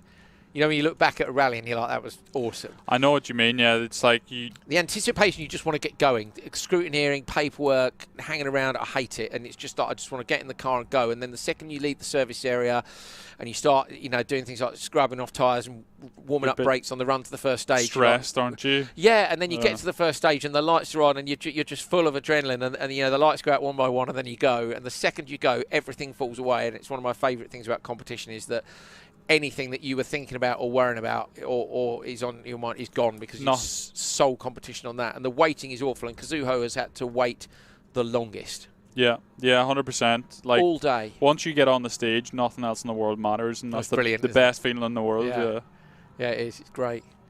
If any other thoughts are creeping into your head, you have to check yourself because 100%. Yeah. You can't be thinking. Occasionally, if I'm playing dirt, I've got to be honest. I might get distracted by the dog. Yeah, the dog. My wife coming home from work. What I'm going to have at lunch. You know, you just or if you, you know, if you, and that. But then I think there are ways to immerse yourself more in the game. Definitely a wheel. Definitely a seat setup, but also headphones, and that's something I need to up my game on at home because these guys are all doing it. Obviously, it completely puts you in the game and nowhere else. Yeah. We've got some highlights for you from Joona Pankkinen's run, so take a look at this, and we'll talk you through them as we go. So have it. This is Joona Pankkinen on his. Oh, no. Oh, look at that! Oh no! Whoa! Did you see that? That was a ghost. We got a poltergeist in it. So what? Dirt Rally 2.0, the deluxe edition, by the way, just threw itself off the. Well, it did a Pankkinen. Threw itself off the road. It's broken the rear wing on the spoiler off it. Honestly. And oh no! Is that yours? No, it's one of the guys. Oh, denied. I think it was broken. We need some super glue. Do we? Yeah. Let's look at the clip from Pankkinen while we saw some super glue and also our Japanese driver. Here's Pankkinen on that last one. So this is the hot spin. He just tapped the bank, which turned the car around on him. He did well. That was the send into the hairpin, which for me was just lovely. You know what, that first one was not enough. He was so unlucky there, and then Converse was so lucky because the point at which the bank goes steep there as well. But the thing is, he's coming into a dead stop hairpin, so he's not losing the momentum. He should be already on the brakes there. I don't think Pankkinen has lost much time there. If I'm Iwata or Mateja, I'm knowing I'm going to have to light it. You're going to have to go for it still. They're going to have to lick the stamp and send it. It's going to have to be done, isn't it? Yeah, get Sandy. Get Sandy. With hashtags. Imagine all the hashtags and things that you could get from this show. Honestly, again. Some of them you probably don't want. But it's a shame. Anyway. Now we're done with all the modesty of how cool we are and what our brilliant skills are on GIFs, emojis, and all the other things which really matter in life. We're nearly ready for our friend Kazuho Iwata from Japan. midnight, maybe later now. We've been waiting a little bit longer. He's loading up and getting himself ready. Are we far away, guys? In the service area. So if this was real life, he'd be chucking a bit of pasta in as fast as he can. There'd be someone cleaning the number plates and the lights on the car, checking the fuel, wheel nuts, assuming you haven't done anything stupid and ripped a corner off the car. He's got a fresh car, and Kazuho Iwata at the bottom right of your screen. There he is with the gloves we mentioned earlier on. Iwata now for the World Championship title, World Series Dirt Rally 2.0. Pankkinen, top right of your screen. I imagine Pankkinen is watching the stream now because he'll want to see how Iwata gets on. I don't know that we're going to have any splits, are we, unfortunately, to see whether he's up or not, which I would have absolutely loved. But because they're running three separate times in the game, aren't they? Yeah, so we don't even have a timer on the top left either to gauge where they are on the track and what time they've got. But I see Iwata still sending it, carrying a lot of speed here, so he knows that he needs to keep up his performance. Iwata is using, I would say, a very high rotation angle on the steering, John, in game. If you look at how small his input, okay, now he does a big input, but it's still quite small. It's no more than 90 degrees. So what do you reckon? Maybe 260? Was it 270s? Could be probably 300, I would say, or really? Or less. Yeah. We send it. Carry lots of speed over this crest. A little bit of a cut. Car gets light. Same cut as Pankinen through there. He maybe took a bit more on the left-hand side. Pankinen, look at the top of the screen, still got his gloves on. They were green gloves, matching the Impreza livery. Got through here, coming here. Yeah, Pankinen took the fence down on the right-hand side. Does Iwata do the same? I reckon maybe not. It doesn't look like he's carrying as much speed, but it might be deceptive and deceiving. He's so tidy. Yeah. I thought that from earlier on today. He really is tidy. Pankinen now looks back across the other way. So Pankinen, I reckon, to put the stream up maybe on the screen in front of him. He's done now. He's the world champion twice, remember. He won in Dirt 4 when it was rally and rallycross. He won again last year. So now Iwata's just past the place where Pankinen had his first incident. Yeah. And no mistakes for him. Would you consider him to be up at the minute? I'd say yes. I would say yes after not making the mistake. Pankinen adjusting his camera into the right-hand side, past the traction branding which I broke the other day. First run through the stage. Through the long left. Tricky corner that, it's off camber and it's quite long too, so you have to really get the car rotated. And that's really the transition, isn't it, again, between two different types of road, from the open section back into the woods again.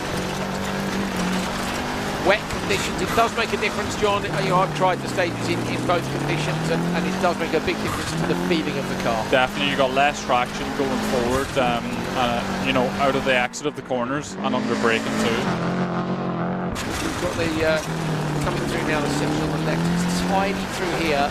Do you know what? It's so hard to judge because, as you say, Pankinen's driving style to me is more attacking. Pankinen is more of an prey, and Iwata is more of a Burns. If you wanted to compare the two UK drivers, Scottish McRae and English Burns. Yeah, we have no idea how he's doing right now. It doesn't look as fast, but we know that he's got those two mistakes in hand. If he's a totally clean run, then he's got a good chance of beating Pankinen. Absolutely mistake-free. He's as tidy as Pankinen through there. That's mint, isn't it? Yeah. So close. Now up for okay. Now we get to see, this is the section where John said last time about the big cuts. You've got a 3 left and then you come down the hill and there's a series. After this right-hander, there's a series of junctions here, corners here where you can take a cut. Oh, mistake. Not such a big cut as Pankinen, I think, and a little bit of speed scrubbed off, John, but not much. No, he's still going enough speed, taking almost the same line as Pankinen. Oh, go on, lad. Pitching the car with the nose up through the jump. Knocks the arrow down on the inside, be a bit of tape training behind that car. That was always good when you're a spectator. You knew someone had been taking all the road and a little bit more. Down to the junction with the lights and the Jenny at it. As tidy through there or not? I think it was just as good, yeah. I mean, it bogged down a little bit. He might have been better going a gear lower. Look at Pankinen, the look on Pankinen's face. He has no idea. He's the same as us. It's so hard, isn't it? I'm looking to see his reaction afterwards, and I think that'll tell us a lot then about whether or not this tidy styles work. Iwata's inputs, and there are so many here down on the brakes. This is another tricky section. He's so late on the brakes, and yet it turns in perfectly. Now, down here, Pankinen took a big cut over the left-hand side of the road, jumped the gap. This next left-hander, he does the same.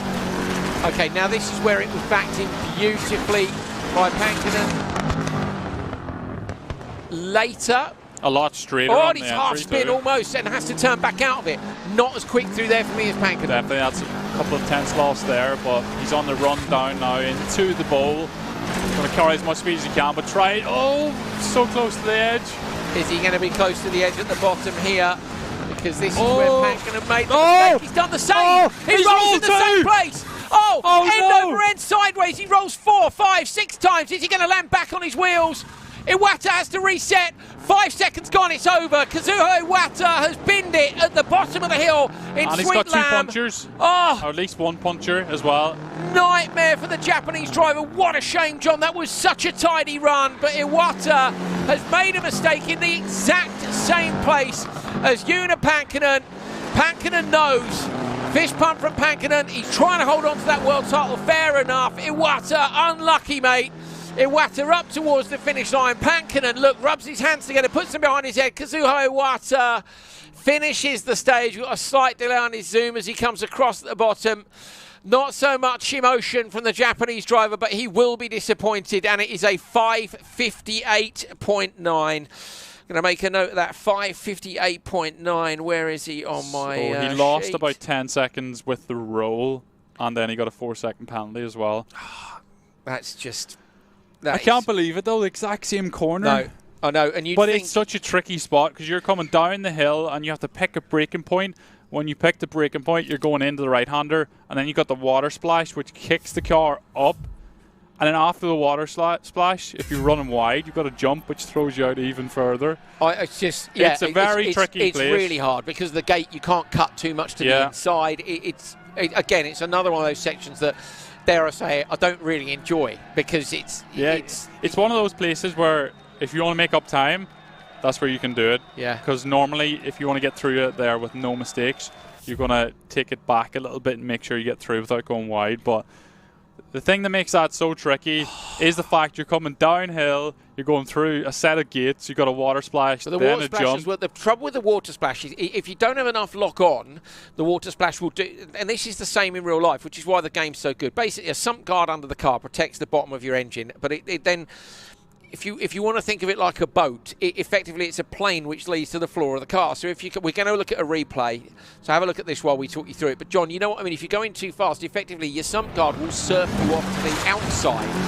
It was a massive shunt as well, wasn't it? 1, 2, You can hear 3, the air 4, going out of the tyre. 5, 5.5. So he's had to hit reset there.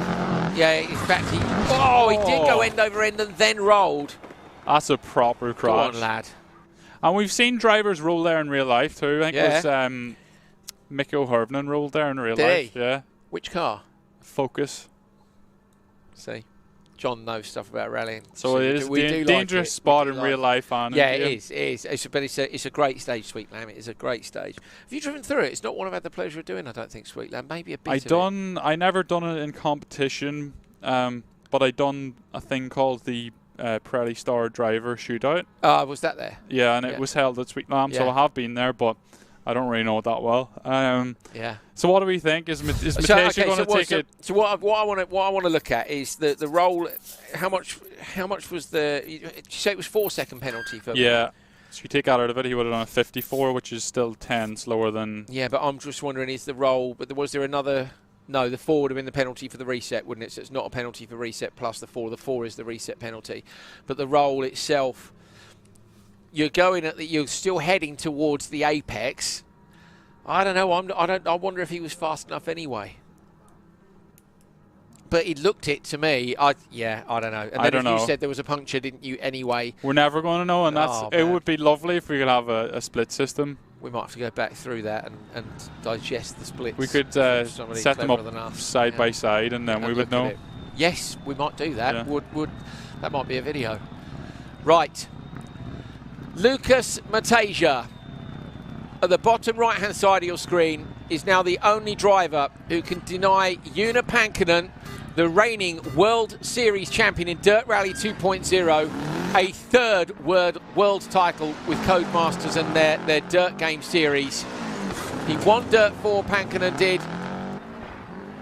A mixture of rally and rallycross. Last year at the Autosport Show, he won Dirt Rally 2.0 World Series.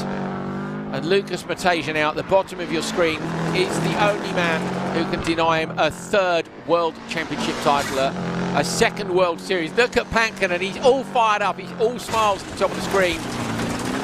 Matejka's got to be nervous because in some ways, if Iwata had gone quicker, I think Matejka would be thinking, okay, I can do this. But to have seen Pankinen's run, the risks he took, and the fact that he got away with it. That's a champion's roll, we call that, where you have a small roll back onto your wheels with no damage. That's a champion's roll. And plenty of top drivers have had it. And it's kind of frustrating, isn't it, for Matejka? He'd love it if he could have... Imagine now if Matejka had sent Pankinen and Iwata had had a roll and not recovered from it, he'd be laughing, but he's not. He's still got a lot of pressure on his shoulders because he needs to go fast enough to beat Pankinen, and obviously he didn't lose that much time, like you said, Andrew, so it's... He won't be able to measure this. I think he's just going to go as fast as he can and try not to make the mistakes. And if he does that, he knows he's got it in the bag. You mentioned earlier that they would probably have practiced the Monty stage the most to make sure that they were on the money when they left the first stage, and particularly because, of course, that is mixed surface. Everything else is one surface. It's either snow or tar or gravel. But how much have you practiced this stage? Because at the end of the day, it's actually the only one that matters once you're in there. Similar line to Pankinen. Sorry, this was where Pankinen's first mistake was, wasn't it, John? Yeah, go on. How much did you practice this?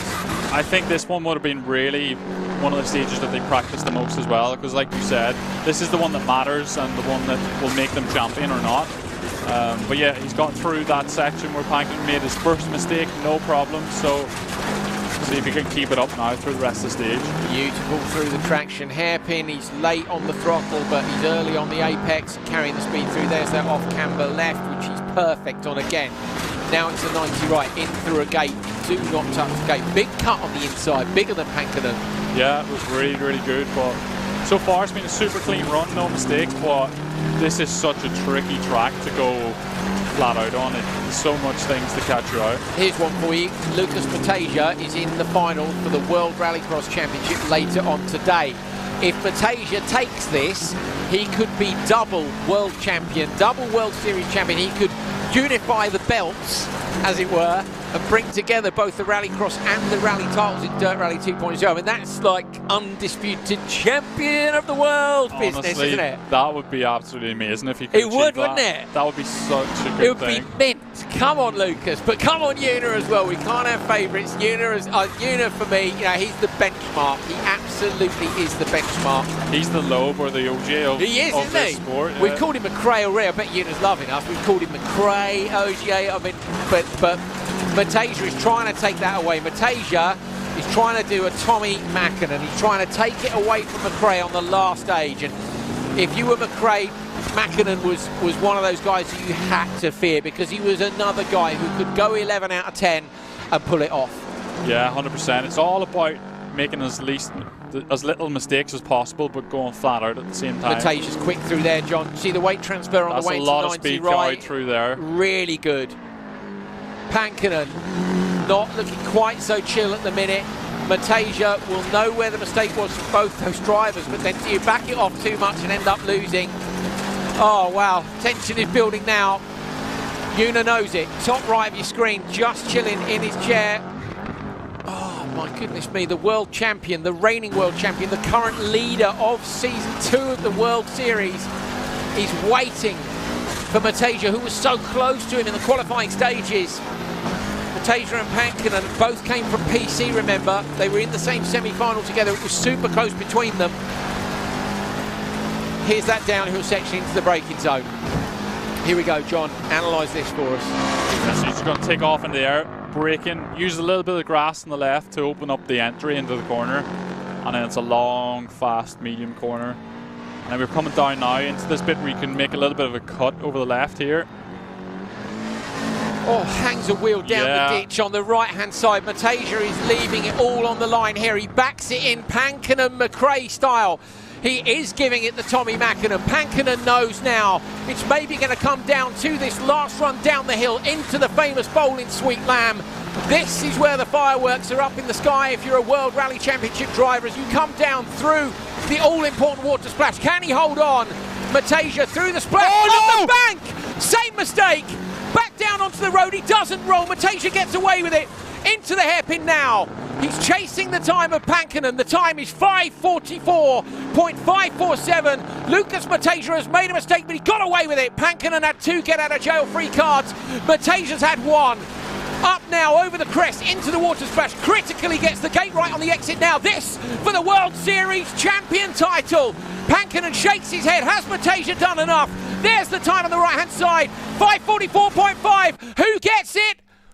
Oh, it's Matejka! Lucas Matejka is the World Series champion! Dirt Rally 2.0 takes it by just under 2 seconds. Pankinen is defeated. Thanks to roll. Matejka, he rolls his eyes. It's relief. It's a big grin. Head in his hands. What a drive. And he could still win the World Rallycross Championship title later on today. Lucas Matejka, what a drive. What a drive. I'm speechless. I can't believe all three drivers made this mistake in the same place. That's unreal. After seeing each other. 2 seconds, like he must have done the work elsewhere. Obviously, we know he didn't have the half spin, so he'd maybe, you can hear the crowd in the background in game. I can. Wow. Lucas Matejka, I think it would have been very close if Unipi didn't have his two mistakes.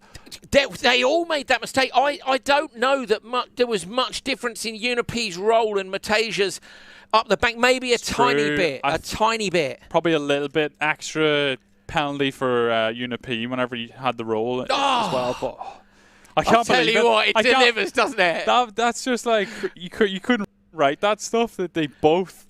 Like all three of them made a mistake in the water splash. Right, next time, this is what we're going to work on for next time. We want splits through the stage, don't we? Yeah, because you want to see that ebb and flow, because you could see Una was like us. He knew it was a good run. And Matejka, for me, somehow was midpoint between Pankinen and Iwata in terms of style. You know, Iwata for me was a clinician. Yeah, super smooth. Yeah, Una like it's full send, and Una yes for the full send. That medal, you know, I'll send you an emoji of a medal later. Trophies for these three guys up behind John here. Left-hand side is the World Series champion trophy, which is going to be heading the way of Lucas Matejka. Could we be putting two trophies in one box? He's in the World Rallycross Championship Esports Finals later on today. So he's had all that pressure and build up to this. He's won a World Championship. I'm practically shaking thinking about it. He's got to do it all again this afternoon, so do tune in at 5 p.m. Can Lucas Matejka unify the titles and become the undisputed champion of the world in Dirt Rally 2.0? That would be mega, wouldn't it? It would be such a nice story, wouldn't it? But he's got a lot of really good drivers to race in the Rallycross as well. So the Dall'Anima brothers. Oh, it will be great. So join us for that. The middle trophy is going to head the way of Una Pankinen and the world champion.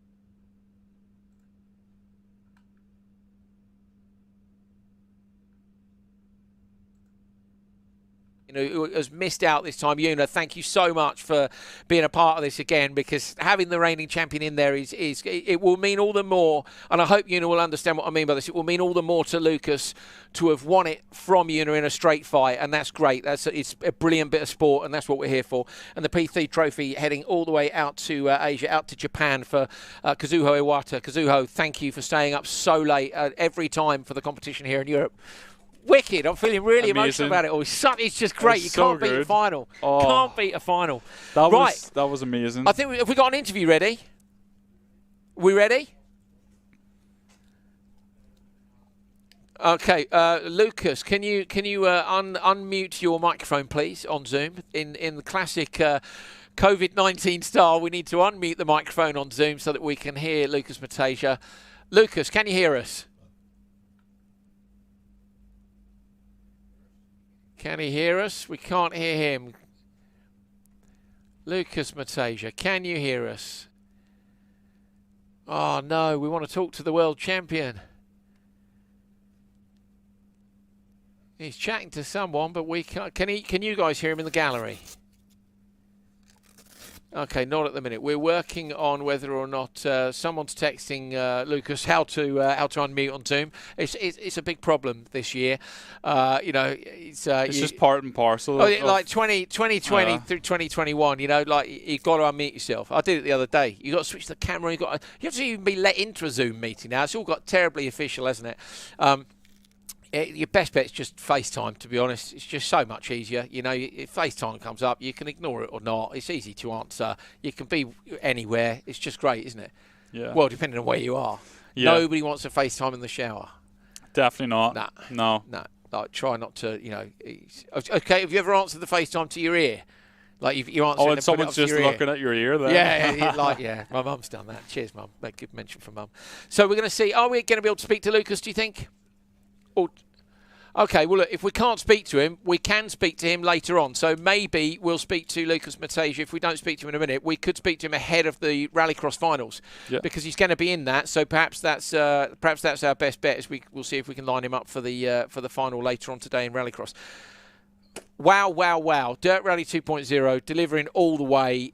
John, it's been an amazing series, hasn't it, Season 2? So I've been lucky enough as well to do Season 1, but also Dirt 4.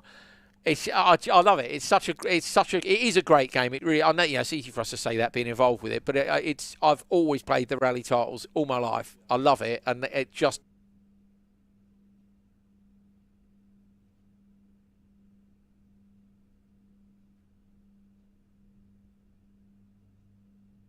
delivered again today in just amazing. 100%. It's so good to see the best players on this realistic game, going. Can you believe how close it was? Head to head, and there's only tenths between them, but then going into that last stage and just seeing them crack under the pressure and all making the same mistake. It is amazing. And I would never feel bad about making that mistake again. The 3 best drivers in the world. That's the champions' corner. It is. Yeah, it's like the last corner in Canada F1 circuit. Yeah. That's the champions wall, isn't it? Yeah. You're not a champion till you tap the wall there. Water splash. Yeah, champions water splash. That's just been renamed. In fact, that can be some sort of an achievement, I imagine. If there's ever a future game, we want some sort of an achievement on the Sweetland water splash. Right, we're going to try one more time with Lucas. Let's see if we can have a chat with Lucas now. Here we go. Where is he? Lucas Matejka, can you hear me? Oh, we're still missing audio. Lucas, we still can't hear you, unfortunately, at this end. Look, Lucas, I know we'll be able to hear us. We're going to work on getting that fixed for later on today, and we'll see if we can have a chat with him. But Lucas, just from our point of view, massive congratulations from myself, John, Thrustmaster Traction, Dirt Rally 2.0, everybody involved in this, and I know from everybody watching at home, Lucas Matejka, the World Series champion for Dirt Rally 2.0, and he's got a chance of making it a double later on this afternoon. Thank you very much for watching. Thanks to the guys over in the gallery. Best wishes to Tom again from our team who's suffering at home at the minute. I hope you get well soon, mate. John, well done. Been a pleasure on the rally side.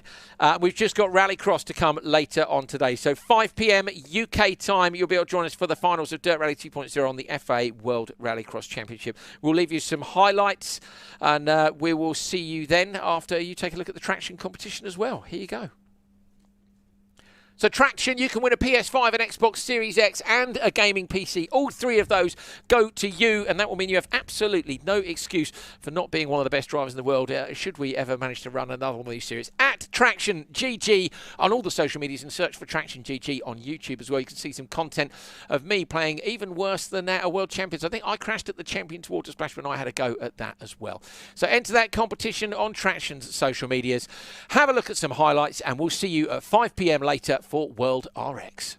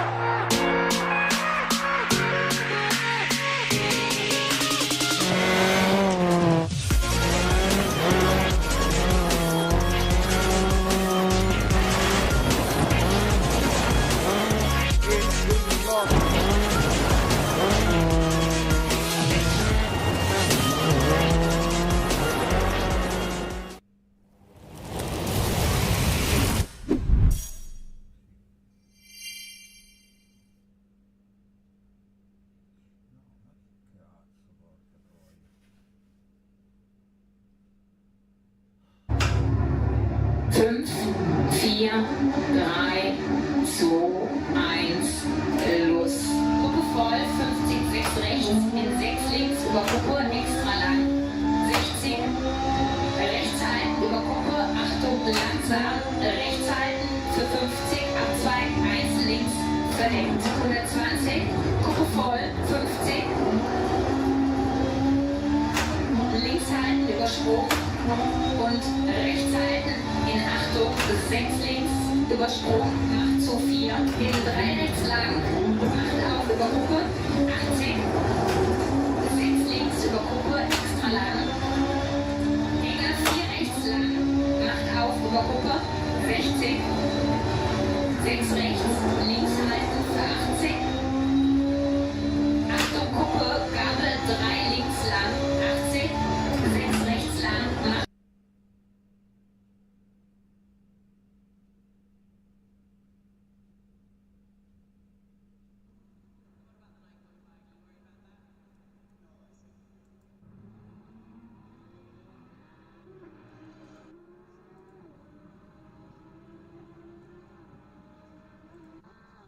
auf, über Gruppe Sprung, 30, Gruppe und 5 links, extra lang, über Gruppe, 30, 5 rechts lang, macht auf, über Gruppe, in voll links, über Gruppe, 60, Gabel 5 links, Übersprung, Gruppe und 6 rechts lang, macht auf, über Gruppe, in 6 links, extra lang, macht zu 5, 30, 4 rechts, über Gruppe eng, 70, 5 links, macht zu eng und 6 links, Übersprung, in 5 rechts, lang, macht zu 3, Downcut Asphalt, Achtung 30, Schikane, 1 rechts, Eingang, 2 links, 50, 5 rechts, 30, Gabel, 4 links, macht zu Schotter, in 5 rechts, in 6 links, 120,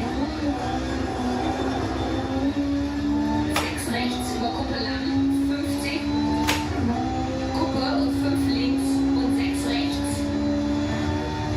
in 6 links lang, macht zu, mittig halten für 150, 6 rechts, extra lang, macht auf, rechts halten, über großen Sprung, Achtung 80, rechts halten, Übersprung, in 4 links, über Gruppe, macht zu, in 6 rechts, macht auf, 30, Kuppe, in 4 rechts, macht auf, voll links, über Gruppe, 50, mittig halten, über Gruppe Sprung, 50, 5 links lang, macht zu 3, in 5 rechts, über Gruppe,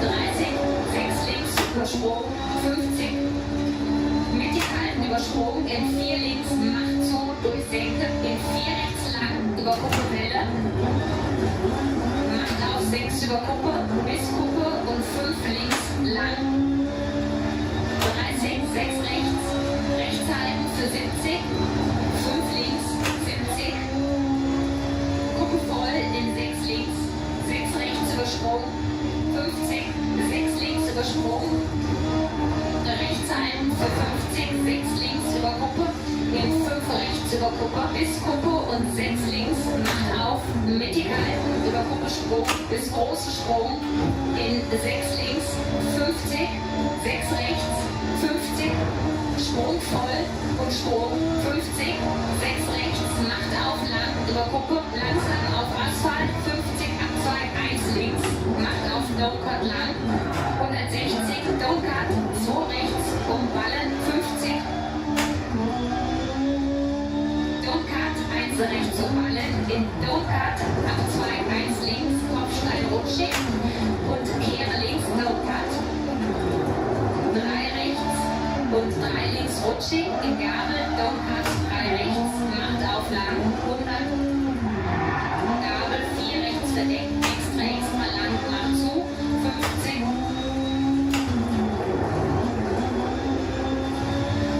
Sprung voll, bis Sprung, langsam, 30, 6 links, 30 Abzweig, 1 links, 30, 6 links, extra lang, 120,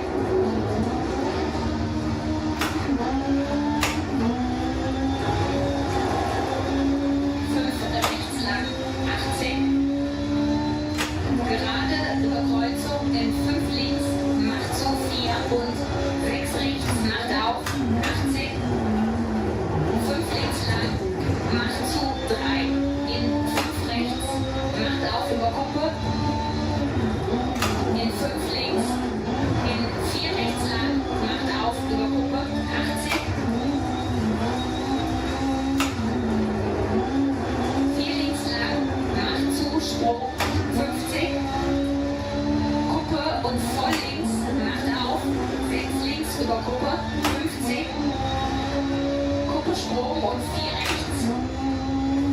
Macht auf lang über große Sprung, 30 Gabel, 4 rechts, extra lang, 30. 5 links lang, macht zu, 3, 120. Achtung, langsam, 6 rechts. In 6 links und Abzweig 1 rechts, verdeckt, macht zu. Macht auf über Kuppe, in 6 links lang, in 6 rechts lang, macht auf über Kuppe, 50. 5 rechts über Sprung, in 6 links, 30, 6 rechts lang über Kuppe, in 6 links lang, macht zu nach Kreuzung, macht auf lang, in 5 links, in 4 rechts über Kuppe lang, in 6 links über Kuppe, macht auf über Sprung, in 4 rechts, 50 langsam Kuppe, in Abzweig, 1 links, Asphalt, 80, 6 links, über Kuppe lang, macht zu, Abzweig, 1 links Schotter und 5 rechts lang,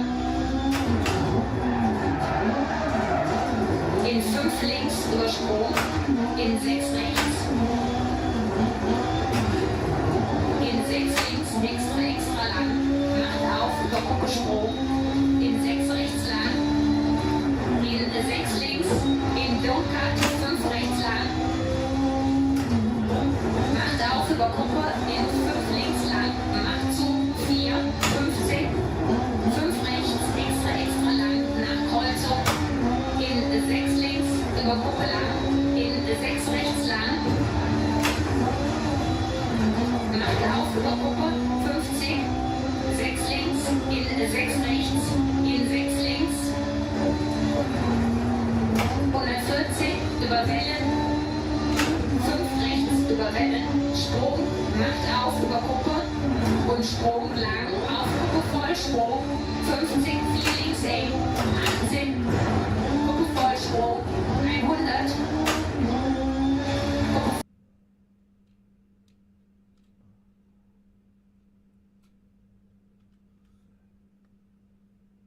voll, 50, 5 rechts, Gabel, 4 links, Asphalt, in 6 rechts überziehen, bis Stopp.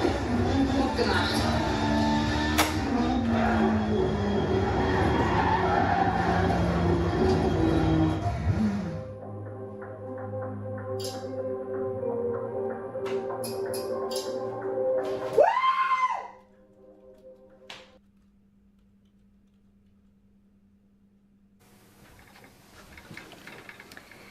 Hello, I am trying to find ways of being quicker on the simulators and trying to drive faster. I'm going to be trying lots of different things, but today I'm going to try a cup of tea, a cup of English tea. The contraption on my head is monitoring my brainwaves, which you can see on the top right monitor, and I've also got a heart rate monitor on top left. I'm trying out Silverstone because I've done it before and I've already set a time on here, so I'm going to warm up first and then I'm going to try a cup of tea in a bit and do an hour session to see if I can drive quicker.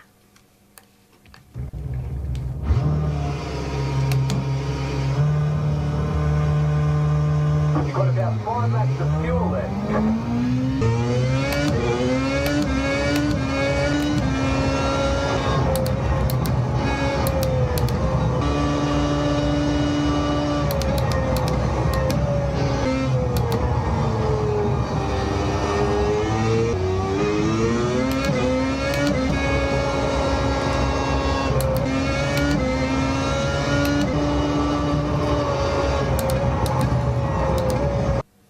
Okay, so I've done my practice session, about 20 minutes of warm up, 25 minutes. I've done some 121s and some 120s, so not far off my personal best. I had a couple of green sections where I was quicker than my personal best, so overall I feel like I'm quite consistent now. I'm ready to have a cup of tea, so here it goes. Tea.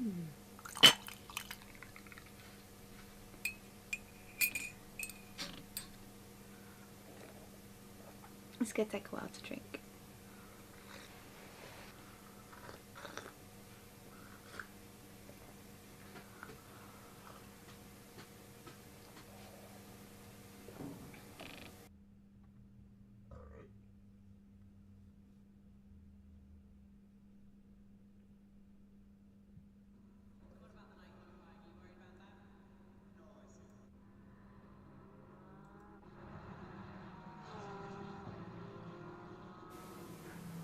That is the quickest I've ever drunk a cup of tea. I'm absolutely boiling. Right, I'm gonna crack on and start my hour straight away. And we'll see if a cup of tea can make you quicker.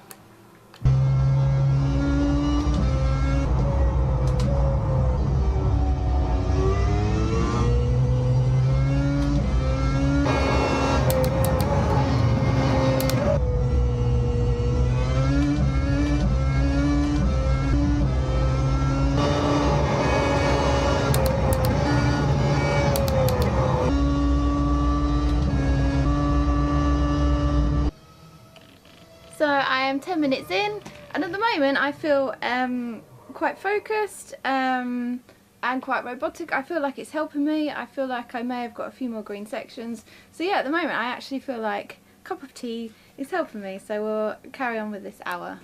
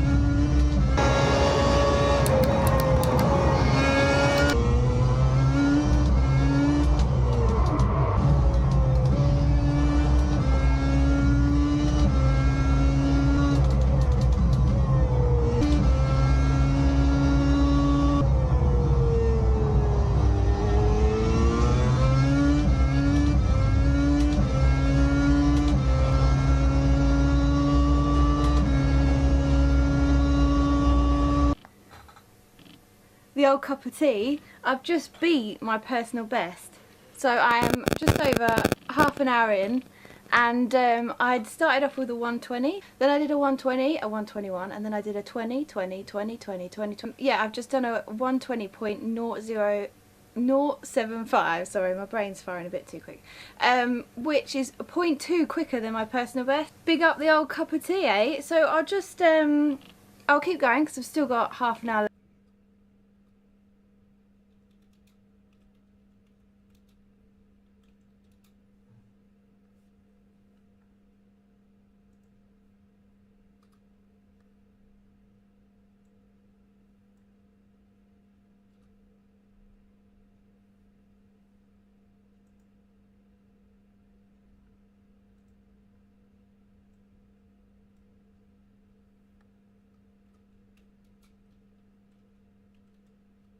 left.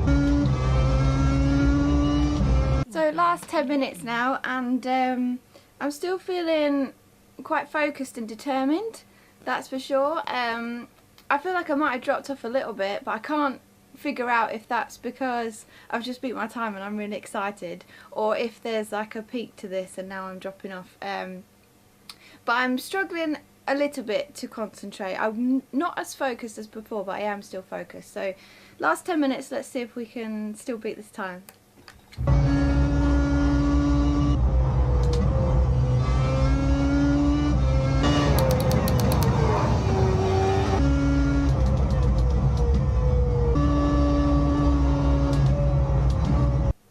Cup of tea, your time is up. I've had a full hour driving now, and yeah, basically, let's look at some time. So I did consistently 120s for the first half an hour, I think, just over half an hour. And then I beat my time, so I was super, super happy. I then did another 120 after that, but I had a lot of spins as well. You can see here there's a lot of gaps. And then at the end I did 121. So my focus definitely dropped off. I felt my brain like wandering, thinking about other things and stuff. So my focus definitely went. So there was definitely an optimum to when this cup of tea worked. And yeah, I beat my time. I can't believe it. I'm quicker on a good old English cup of tea. So super happy. If you have any ideas that I could try, any drink or food, comment below. You know, if there's anything that you want me to try that you think that could make me faster, just let me know. And don't forget to like and subscribe.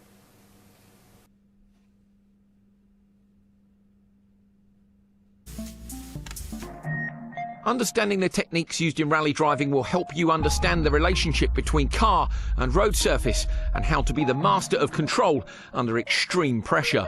Dirt Rally has a precisely detailed vehicle handling model, so you will need to utilise real-world driving techniques to get through our most technical stages in one piece. Master these techniques and you'll maximise the potential of every car, allowing you to get better stage times and challenge for championship victories. Weight transfer is the core component that most aspects of rally driving revolve around. That is, the inertia of the car's weight as it changes direction. This is the force that makes your body move as the car brakes, accelerates and turns. Weight transfer affects the amount of mechanical pressure applied by each of the 4 tyres against the road surface. When a car speeds up, slows down or turns, each tyre will experience a difference in that mechanical pressure compared to when the car is stationary. This results in an increase or decrease of the potential grip available. Braking and accelerating produces longitudinal weight transfer and turning produces lateral weight transfer. It can also be influenced by other factors such as the road surface, jumps and crests. Always try and manage the weight transfer at the moment it's required, whether accelerating, braking or turning. This will maximise the grip potential of each tyre, keeping you flowing in and out of sections throughout a stage. It is important to bear this basic principle in mind as you watch these guides, as almost all these techniques are used to manage weight transfer.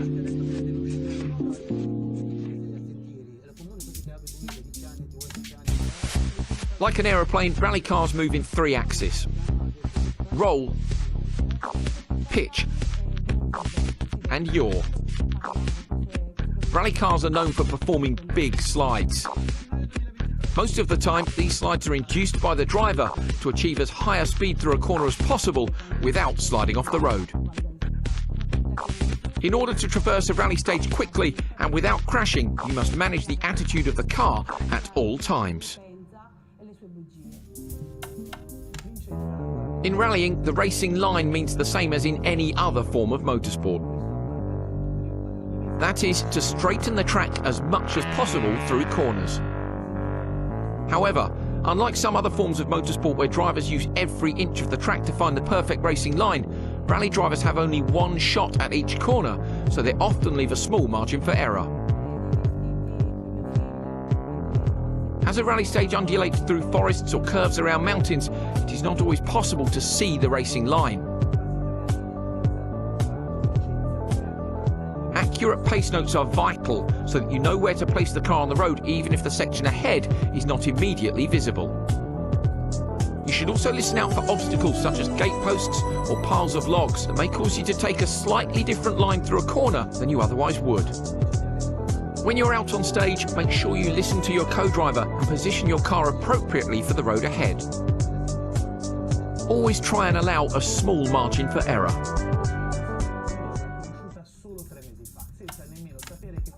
When you hear drivers talking about maximum attack, they are talking about when they are pushing as hard as they can to get the most out of the car. This often leads to some of the most spectacular moments in rallying as drivers set stage records or push too far and have an event-ending crash. Knowing when to push and when to be conservative are vital when competing in an event. If you're recovering from a mechanical issue and you're trying to make up time to the rest of the field, it may be a valid strategy to push harder as you have very little to lose. If you're in the top 3 and setting competitive stage times, it may be more sensible to take a conservative approach and avoid any big risks. In reality, drivers often take a measured approach, driving at 95% of their full potential so as not to make any big mistakes while still maintaining a competitive pace. In Dirt Rally, this measured approach is advisable as you get to grips with your car and how it responds to the stages and the conditions.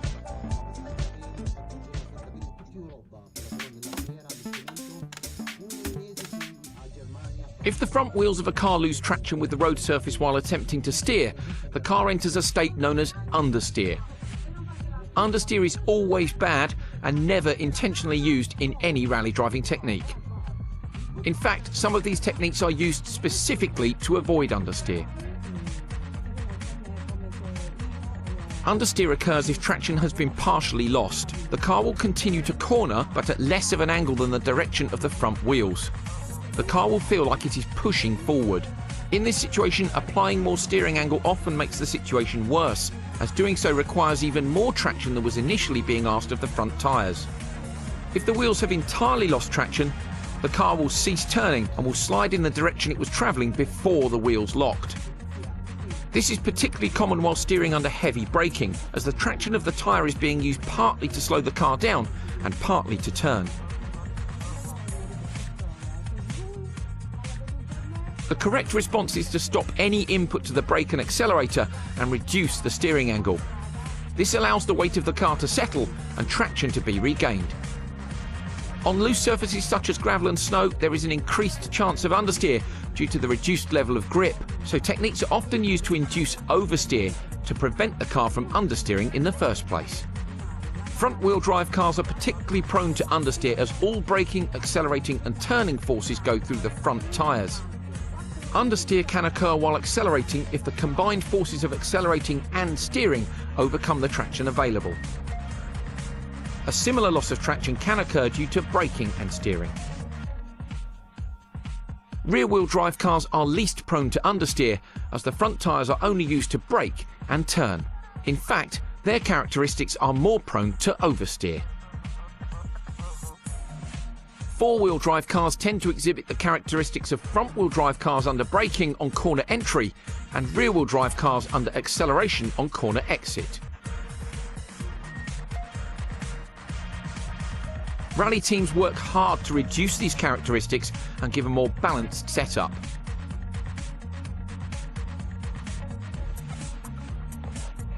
Remember,